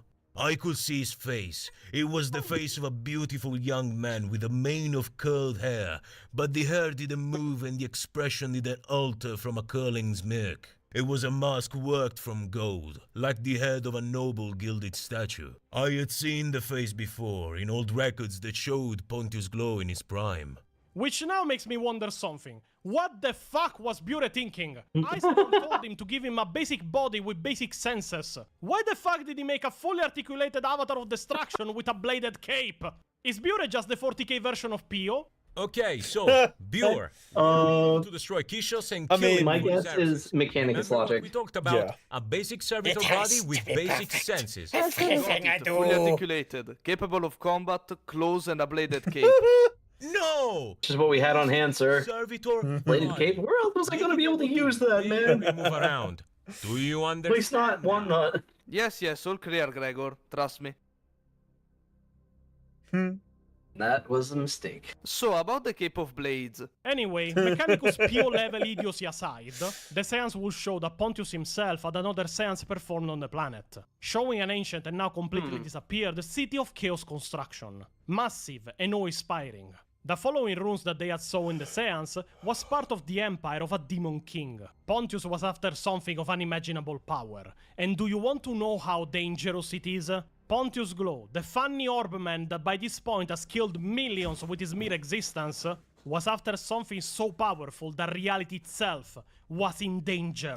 Then what can you tell me? You said that things had been revealed to you. Oh. One of their kindest for should have just destroyed it when he had the chance. Why? It is so abrupt and acute that it has twisted destroyed it after getting all the info that he wanted. The Elder Bread. Yeah. It was revealed to him. Second it said no, that should have been it. You just delete it. Those was the destruction of this stuff. When that came true, I was shaken. It proved the visions were not fanciful. What else has he seen? I asked. A living blade, a man-machine, bestriding along that world and preparing to strike a blow that would speak human and elder blood alike. He said. After that, nothing. I looked down at him. Nothing? Nothing. Nothing. Distant thing is now able We'll get to the most see. metal birthday present of all. This had the months Muffin from Man now. energy. Beyond The that, Muffin Man? he is Muffin Man? The Muffin Man! Why? You know the nothing Because man? there is no future left to see. Gideon and the Elder Farseer managed to translate the runes of their seance to understand the position of the He's planet married to Pontius the was after. The planet of Ghoul. Now, once again here a lot of stuff happens once they depart to prepare to assault the planet and stop Glow. Amos will translate more Eldritch writing from the Seance vision using the Malus Codicium, but in doing so damned himself to chaos as he could not forget what he read. Receiving in secret the help of Kerubael, he would reveal to Eisenon that the planet was the tomb of a demon king, and had been the capital of his empire long before humans even existed as a species. His chaotic and apocalyptically powerful ship still lies on the planet. That is what Pontius is after. An artifact of chaos so powerful that it will annihilate everyone. Oh, that's my headphones. Nope, there goes my headphones. Where the ship of his rogue trader friend, oh, buddy, if you're going to take them off, take them off. Don't leave them like this. They feel very weird like that. Once again meet Fishig, that had intercepted them after a he's like pressing the side of the headphones into my ear. Amos, using his unforgettable Malus Codicium, would contact to help them escape. Eisenon will then bind him to Fishig after he was killed Watch your finger, and will permanently make use of Kerubael as his own follower from then on, binding him with more runes to contain his power and volatile personality. There goes my head. Wait, you enslaved the demon and you didn't kill him? I know, right? Fucking retard! Holy shit! I love how pretty much in every situation the Inquisition's involved in, the Puritans are pretty much always right. Yep. In terms of dealing with chaos, it's just, yeah, don't. Just destroy it immediately. I'm dealing with chaos, yeah, don't. You don't. You get rid of it. It's a problem to solve, not something to negotiate with. You deal with it. You're not dealing with it, all right? Yeah, I know. Crazy. All right. Eisenon is typical phrase that he used often from the first book. Most perturbatory. And it is here that we finally arrive to Gul. Take the free run approach to demons. Perfect spherical orb of pure darkness. On site, you just couldn't even tell it was there if not for the circle of darkness. If you can get a one-shot kill, do it. Sorry, I'm out of jokes about orbs. So watch this clip. We have to destroy the orb. Destroy the orb. It's Ashens and Tomska. The orb is our lives now. To destroy the orb would be to destroy our very purpose. So if we wish to live long, meaningful lives, the orb must not be destroyed. What if I use this dart? Oh. When Eisenon and his forces, together with Inquisitor Gideon Ravenor and his own military kill teams deployed on the planet, it was chaos. They were aided by the Elder Farseer, six of his best aspect warriors. And they were battling the cultists and mercenaries working for Glow in an incredibly symmetrical planet. It's a power saber. To the point of being unnerving, with Glow's forces that seemed to be teleporting around. Their teleporting was explained when Eisenon discovered that the planet was nothing but the entrance to the pocket dimension where the ship and the body of the dead Demon King were kept. He managed to force Kerubael to keep open one of the strange portals and launch himself inside with a member of his retinue, obviously followed by the now enslaved demon host. Eisenon at this point is fully a radical. His Puritan origins are completely gone. After having problems traversing the dimension they had entered, they ended up finding the Man of Glow working on the transcriptions on the walls that compose the tomb itself, seemingly looking for something. And after battling them for a bit while they were looking to reach the top of the tomb, for the final time, Eisenon will find himself face to face with Pontius Glow. I didn't see that. From the globe-lit tunnel, we could make our way up a massive plinth of dark onyx that extended from the edge of the inner wall. There was a block raised there, a polished tooth of dark green mineral 40 meters tall, set deep into the plinth. It was wound with carved spirals. Glow globes floated around it and tools and instruments lay at its foot. Pontius Glow had been studying this discovery himself, but the noise of our violent entry had alerted him. He was waiting for us. He emerged. Is there any other kind of entry they would do in 40k? No. I don't know very many stealthy entries. The machine body was as I'd remembered it from the auto seance. The cloak of blades clinked as he moved. The ever-smirking golden mask smirked.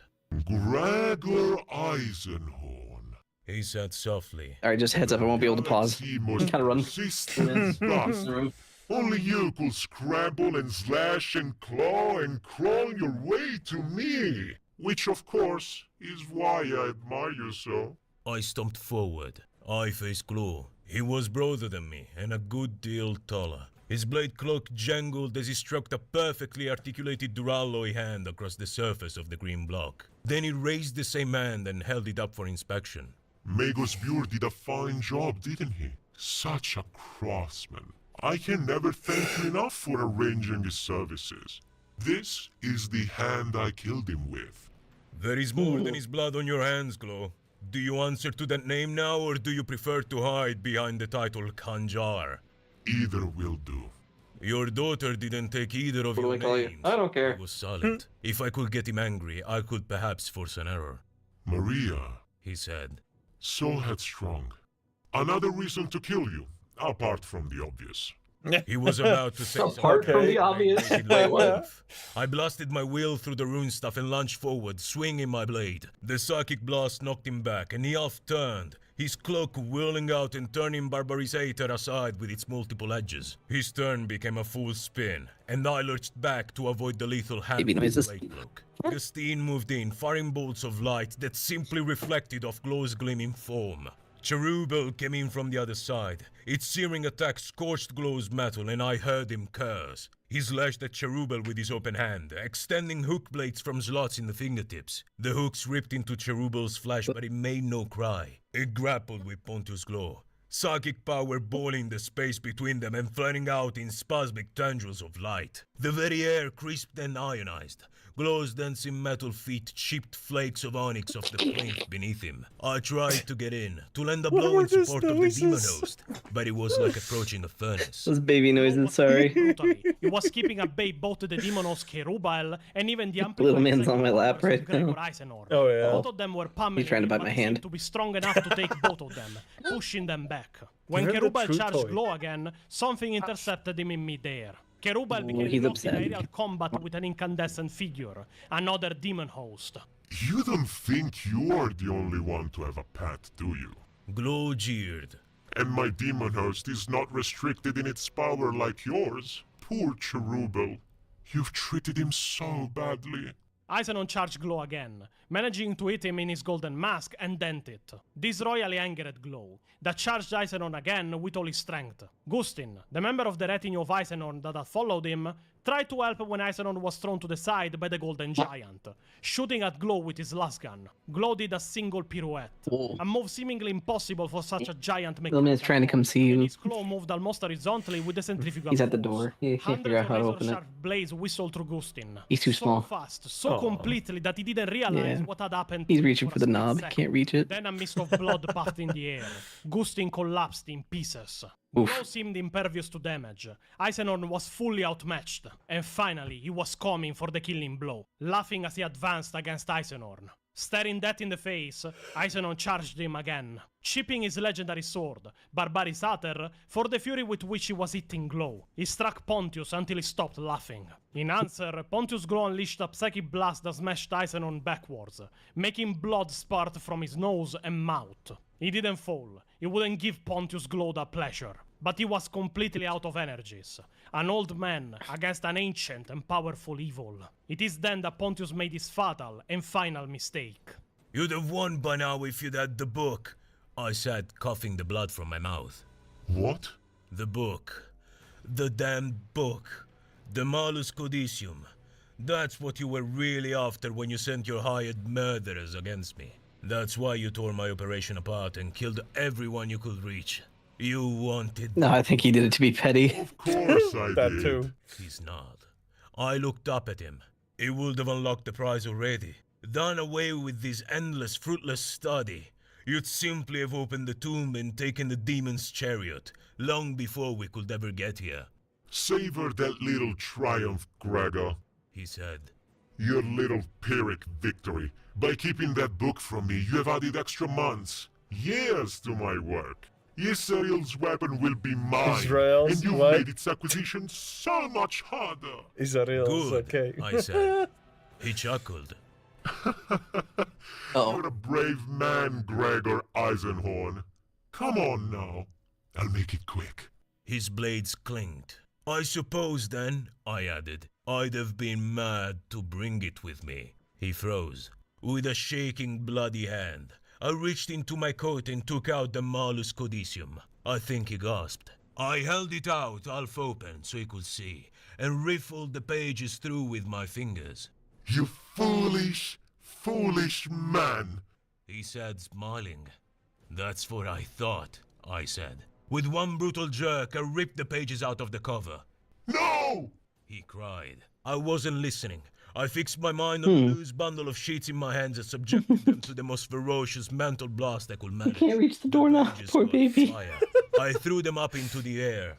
Glow screamed with despair and rage. A blizzard of burning pages fluttered around us. He tried to grab at them. He moved like an idiot, like a child, snatching what he could out of the air, trying to preserve anything at all. The pages burned. Leaves of darkness billowing across the plinth, consumed by fire. He snatched a handful, tried for more, stamping out those half-burned sheets that landed on the ground. He wasn't paying any attention to me at all. Barbarizator tore into him so hard he severed his head. Electricity crackled from the ranted. Gave him the Sauron death. And staggered. The Carthian blade sang in my hands as I ripped it across his chest and shot at part of his cloak. He fell backwards, right at the edge of the plinth, his finger hooks shrieking as they fought to get a purchase on the smooth onyx. I swung again, an upswing that rippled off his golden mask and sent it spinning out over the gulf. The interior of his head was revealed.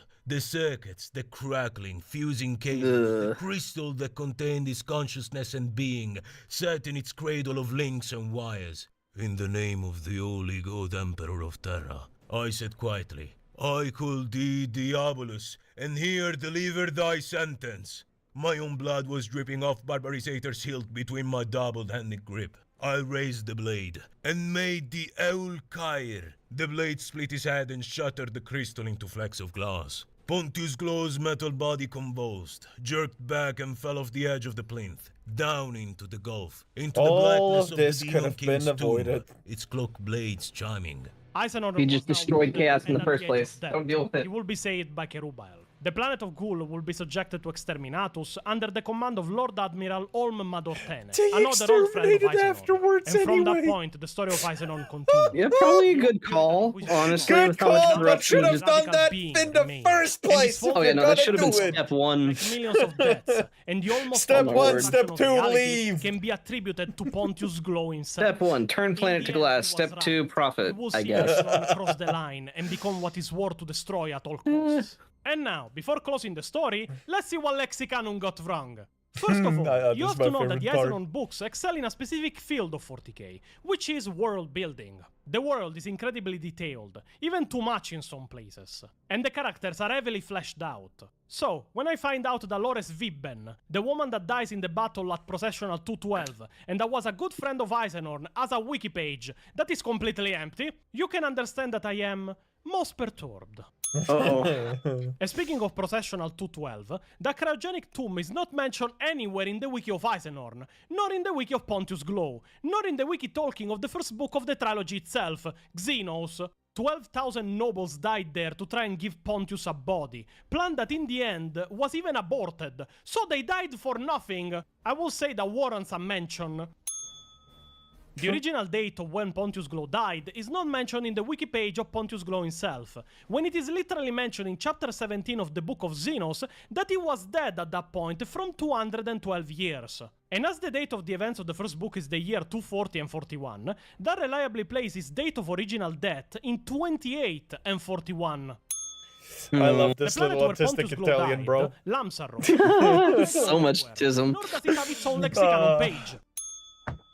Here instead we enter in a weird territory. As I explained, the entirety of the Glow family was indeed corrupted by chaos in Xenos, even before Isenon and Commodus Voke started investigating them directly. It is believed that they were all swayed to chaos by Pontius himself. Now, the members of House Glow are barely mentioned, but it is weird that Uricel Glow, the member of the Glow family that promised Pontius a new body, has a wiki page that is completely empty in English, and yet he has lore in the Deutsch version of Lexicanum.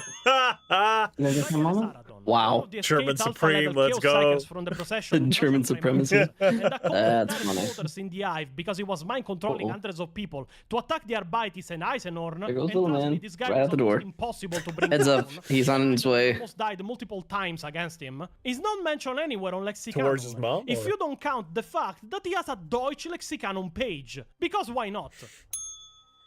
Inquisitor Lyco 2, Escape, Trajan Primaris, has a wiki page. More German.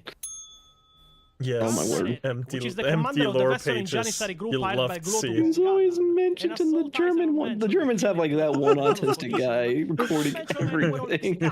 The guy had a duel with Eisenon on top of a train during a snow blizzard. In fact, the only reason Eisenon won that duel, as Etric was faster, stronger, and more able in melee combat than Eisenorn, was that having lost his sword, Eisenon spat on the honor of the duel and shot Etric. I don't blame him, it is pure survival. But he was also the lead puppet Eisenon used to kill the daughter of Pontius Glow, so why not mention him? The planet of Glow, which is where Ravenor and Eisenor will discover the true intentions of Glow with the help of an Eldar Farseer, has a wiki page that is completely empty. But once again, it has a complete wiki page in Deutsch. Kudos to the Germans. They keep their wikis straight to the point. Efficiency. The wiki of the Book of Hereticus mentions that Ravenor had made a deal with the Eldar, is one but of the removing best that it in the doesn't mention that an world. Eldar Farseer was together with Ravenor on Promodi. He straight up lies when it mentions that it was Ravenor that saw the future and recognized that there was no future to see in 6 months. No, My word, he spends almost 8-10 minutes doing this. only when he tested it, trying to reach I love the tism, bro. and had to save them from annihilation. much. The end of the Janissaries sent Notice by how it Glow, started at confirming that the 72. Farseer was indeed seeing what was going Jeez. to happen.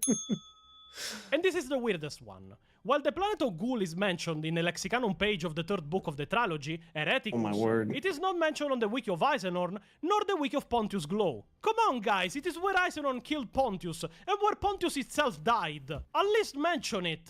It even has its own wiki page. There is literally no reason to not mention it. And now a little addendum that some people might appreciate. The entire Eisenorn trilogy, and even some of the short stories that you can find as bonuses, as I read the Eisenorn Omnibus to make this video, has a little problem. It is not correct on a timeline level. You see, crap. The trilogy and even the short story mention various times both the Tyranids and Lord Solar Macarius. Now, as you can expect, after making a Solar video of an Macarius? hour on Lord Solar Macarius, Yeah. I have become quite an expert on his persona. Yeah. Huh.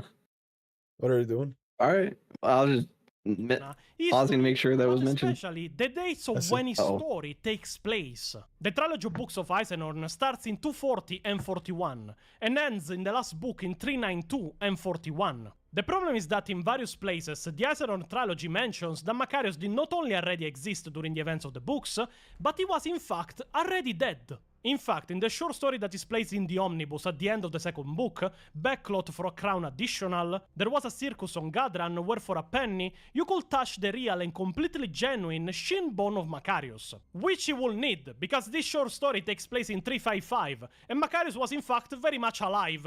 Again, watch my video for more. And not only that, this isn't the most egregious mistake. The other mistake is that this series does in fact mention the Tyranids as a species. Again, the Tyranids weren't renowned as a threat and weren't even named before the fall of Tyran, when they first assaulted a planet and destroyed it, and were classified as a threat when it was discovered. It is why they are called Tyranids, because the first planet they destroyed was the planet of Tyran. Later, Nami. This happened in 745 and 41, very much over 400 years after the final book of the trilogy of Eisenorn, Hereticus. Every edition, including the English one of the trilogy and Omnibus, suffer from these errors of continuity, because they are referencing stuff that by the timeline of these books still didn't happen to begin with. Every version of the books suffers from this mistake, but the Italian version. Wait, what? Yes, you see, Pio, the trilogy's release in Italy was handled by an acquaintance of mine, Nicola Sacco, which is an Italian 40k lore YouTuber and at the time was the editor of the release of these books. He is a lore master of high level like us, to put it into perspective. He noticed the mistakes in the trilogy of stuff that was included when it still didn't happen to begin with. Looked up and found out that it was a confirmed mistake by Dan Abnett and decided to correct it. Removed the mentions to it and made the book lore compliant. More lore compliant than even the original was. In fact, little surprise. We asked the Astropath ourselves. Here is what he said. Ciao, sono Nicola Sacco. Su internet sono conosciuto come l'Astropate o Nick Astropate. Oltre a creare contenuti di divulgazione su Warhammer, sono curatore editoriale di Panini Comics, la casa editrice che possiede la licenza di traduzione Black Library in Italia. Stiamo ripubblicando l'intera trilogia di Eisenorn e con la recente pubblicazione di Xeno ne ho approfittato per effettuare delle piccole correzioni. Nel romanzo veniva citato Macarius in qualità di Lord Solar, benché Xeno si svolgesse tra il 240 e il 241 millennio 41, oltre 100 anni prima della nascita del personaggio, stabilito nel 1999 It's su White Dwarf 240.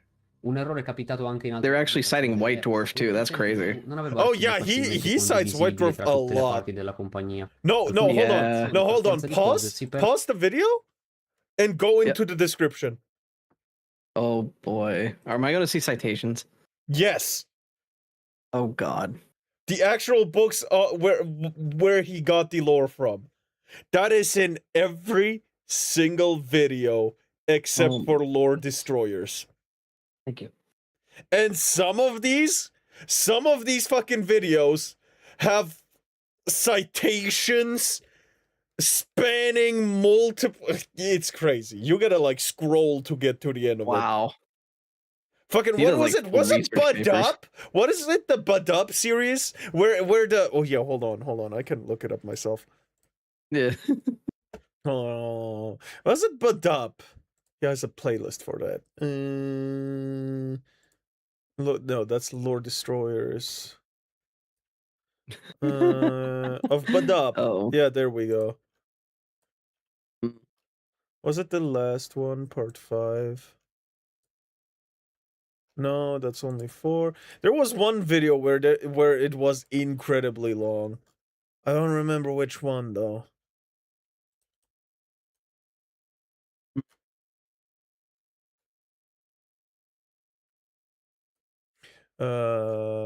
Let me see. God damn it. We will find it eventually. Yeah, you can continue the video. Alright. Perdevano negli angoli bui di una rivista.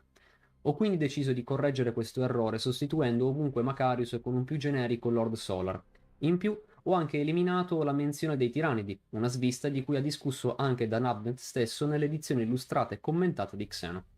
Volendo essere un buon editor, nel corso del tempo ho corretto e correggerò anche altre piccole cose qua e là nelle edizioni italiane dei romanzi, correzioni che saranno comunicate sperando che possano essere inserite in future ristampe in lingua inglese. Un saluto e un ringraziamento a Pontius e Pio per avermi dato occasione di spiegarvi personalmente questa cosa. And do you know what this means, Pio? New counter? New counter. Oh my word. So, Italians win again. Italy produces some of the best masters on the internet, for some reason. We might be the nerdiest country on the planet. Yeah, even better at lore than Brazil. Why Brazil? The book was written in England. Because I hate Servo Pio. I don't see the Brazilians casting him out yet. And even then, England is already suffering for their sins. They produce James Corden, and even they can't stand him. Fair. And so ends the story of That was a good one. A Good long joke. dead I like Eric that. looking to regain a body and control over his own destiny. That went from a malevolent artifact to a prisoner to a galaxy-level threat. But in the end, had his victory. He forced Gregor Eisenhorn to use the same warp taint that he so hated just to defeat him. Pontius Glow died, but at the same time, at least with Gregor Eisenhorn, he won. Ding Dong And even Games if you Workshop don't is care, wrong. I reread the entire Eisenhorn trilogy for this video, and These here's things my happen opinion on a it. lot. Fuck Yes. Inquisitor Golesh Constantine Pepos Eldane. Uber Amos was the MVP of the entire series. And fuck Gregor Eisenhorn for choosing Bekin, the goth girl. When Medea Betancourt was there, a literal dark-skinned tomboy combat pilot ready for the taking. He's into I tomboys. can understand the attraction for a goth like Bekin. But my man, you have that and you still look the other way? No You truly are no a taste. monster. Gregor Ultimate Eisenhorn crime. is a fucking heretic in the eyes of my Ordo. What order? The Ordo Tomboyos. I can see now why you decided to name the channel after Pontius Glow. You guys are more similar than I had realized. We are both erudite masters of our own branches of lore with a charming personality, good looks, even better avatars, and refined tastes for the best things.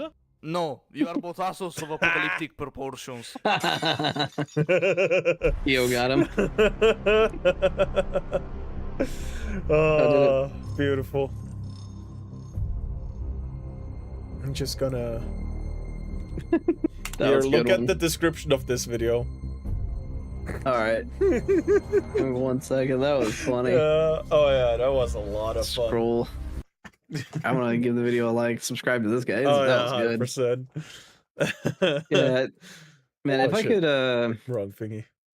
oh my word. Hold. Oh, watch this one. My goodness. Oh my.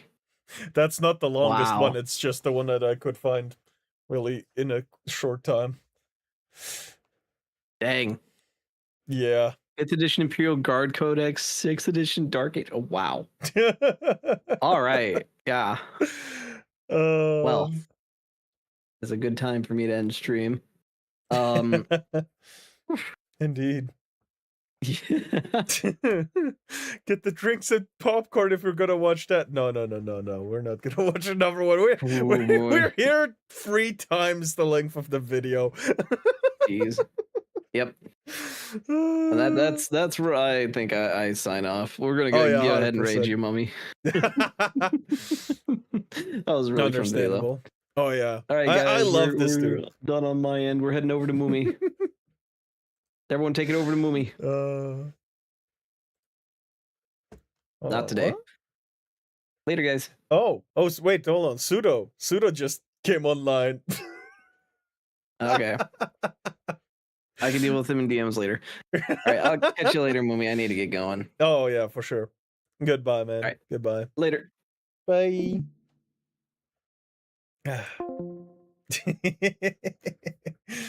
Hey. Oh god, I'm still on the English keyboard.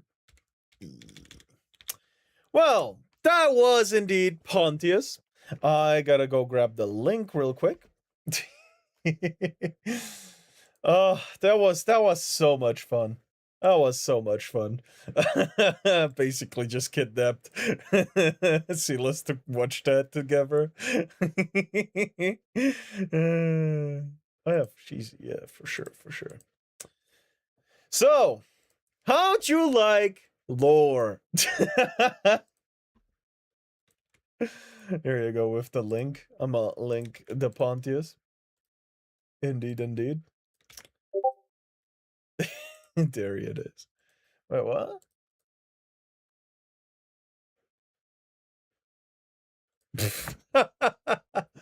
Yeah, no. Pseudo just came online.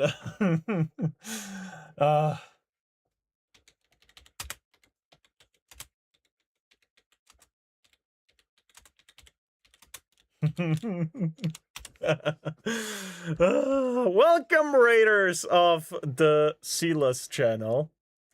Welcome. How are you guys doing? I hope you enjoyed me kidnapping Silas. Indeed. That was a whole lot of fun.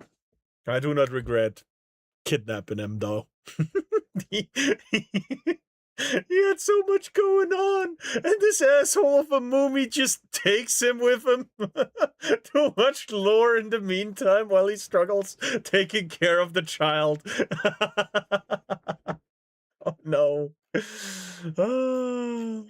Sad. Oh well. It happens, right? Alright, what do we do next?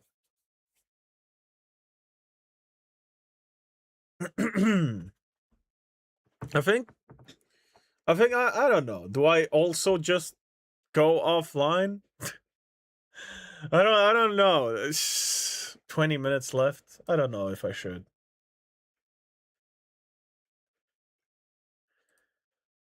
Nearly at the 42 hours of being awake. Yeah, go to sleep. Go to sleep.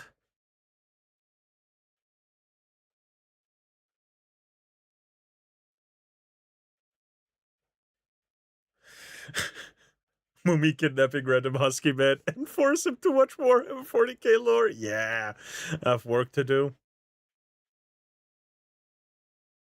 You're chatting. Mumi the 40k lore hostage taker. Holy shit. All right.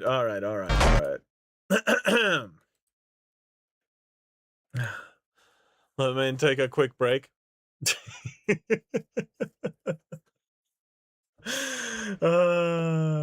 Yes, of course. A quick break. That's what it is. All right. With this, however, I think we're also gonna go raid someone. I don't know who. I'm gonna give you a red until I know. There's no one online on Kick for me. Who do we raid next?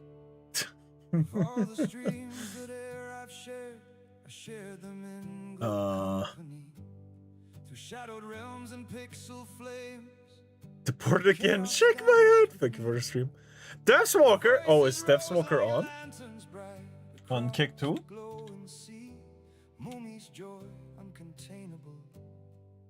It overflows in thee.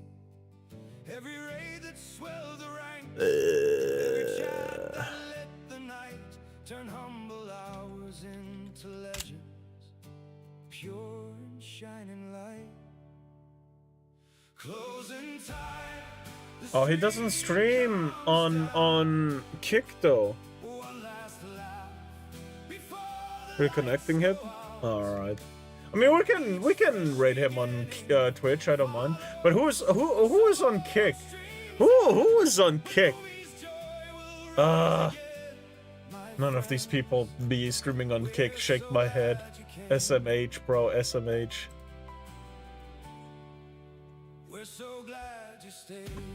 Who? Night Owl? Ooh, Night Owl. Let's go. Maybe.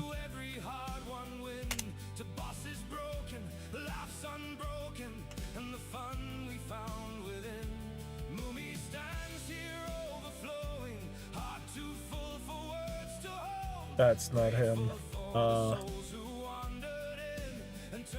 That's also not him.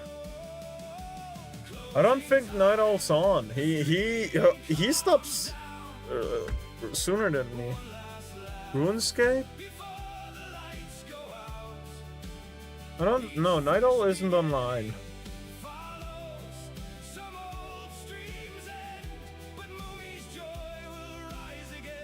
Night Owl's not online. What are you guys doing?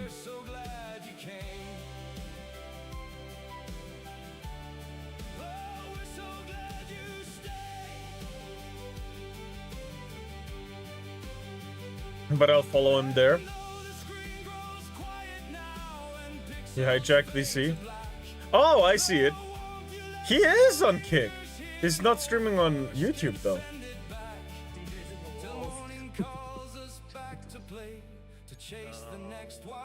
All right. We'll rate him there, for sure. In that case.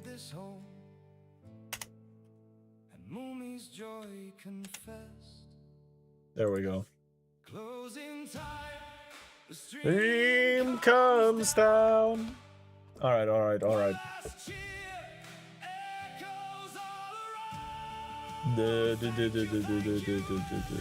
Where is Stepswalker? There. Right on Twitch and /host here. There we go! Spreading the love everywhere! Indeed. We're rating Night Owl and we're rating Deathswalker. Do wish everyone a wonderful good morning, good day, good evening, good night, sweet dreams, and goodbye. Bye-bye.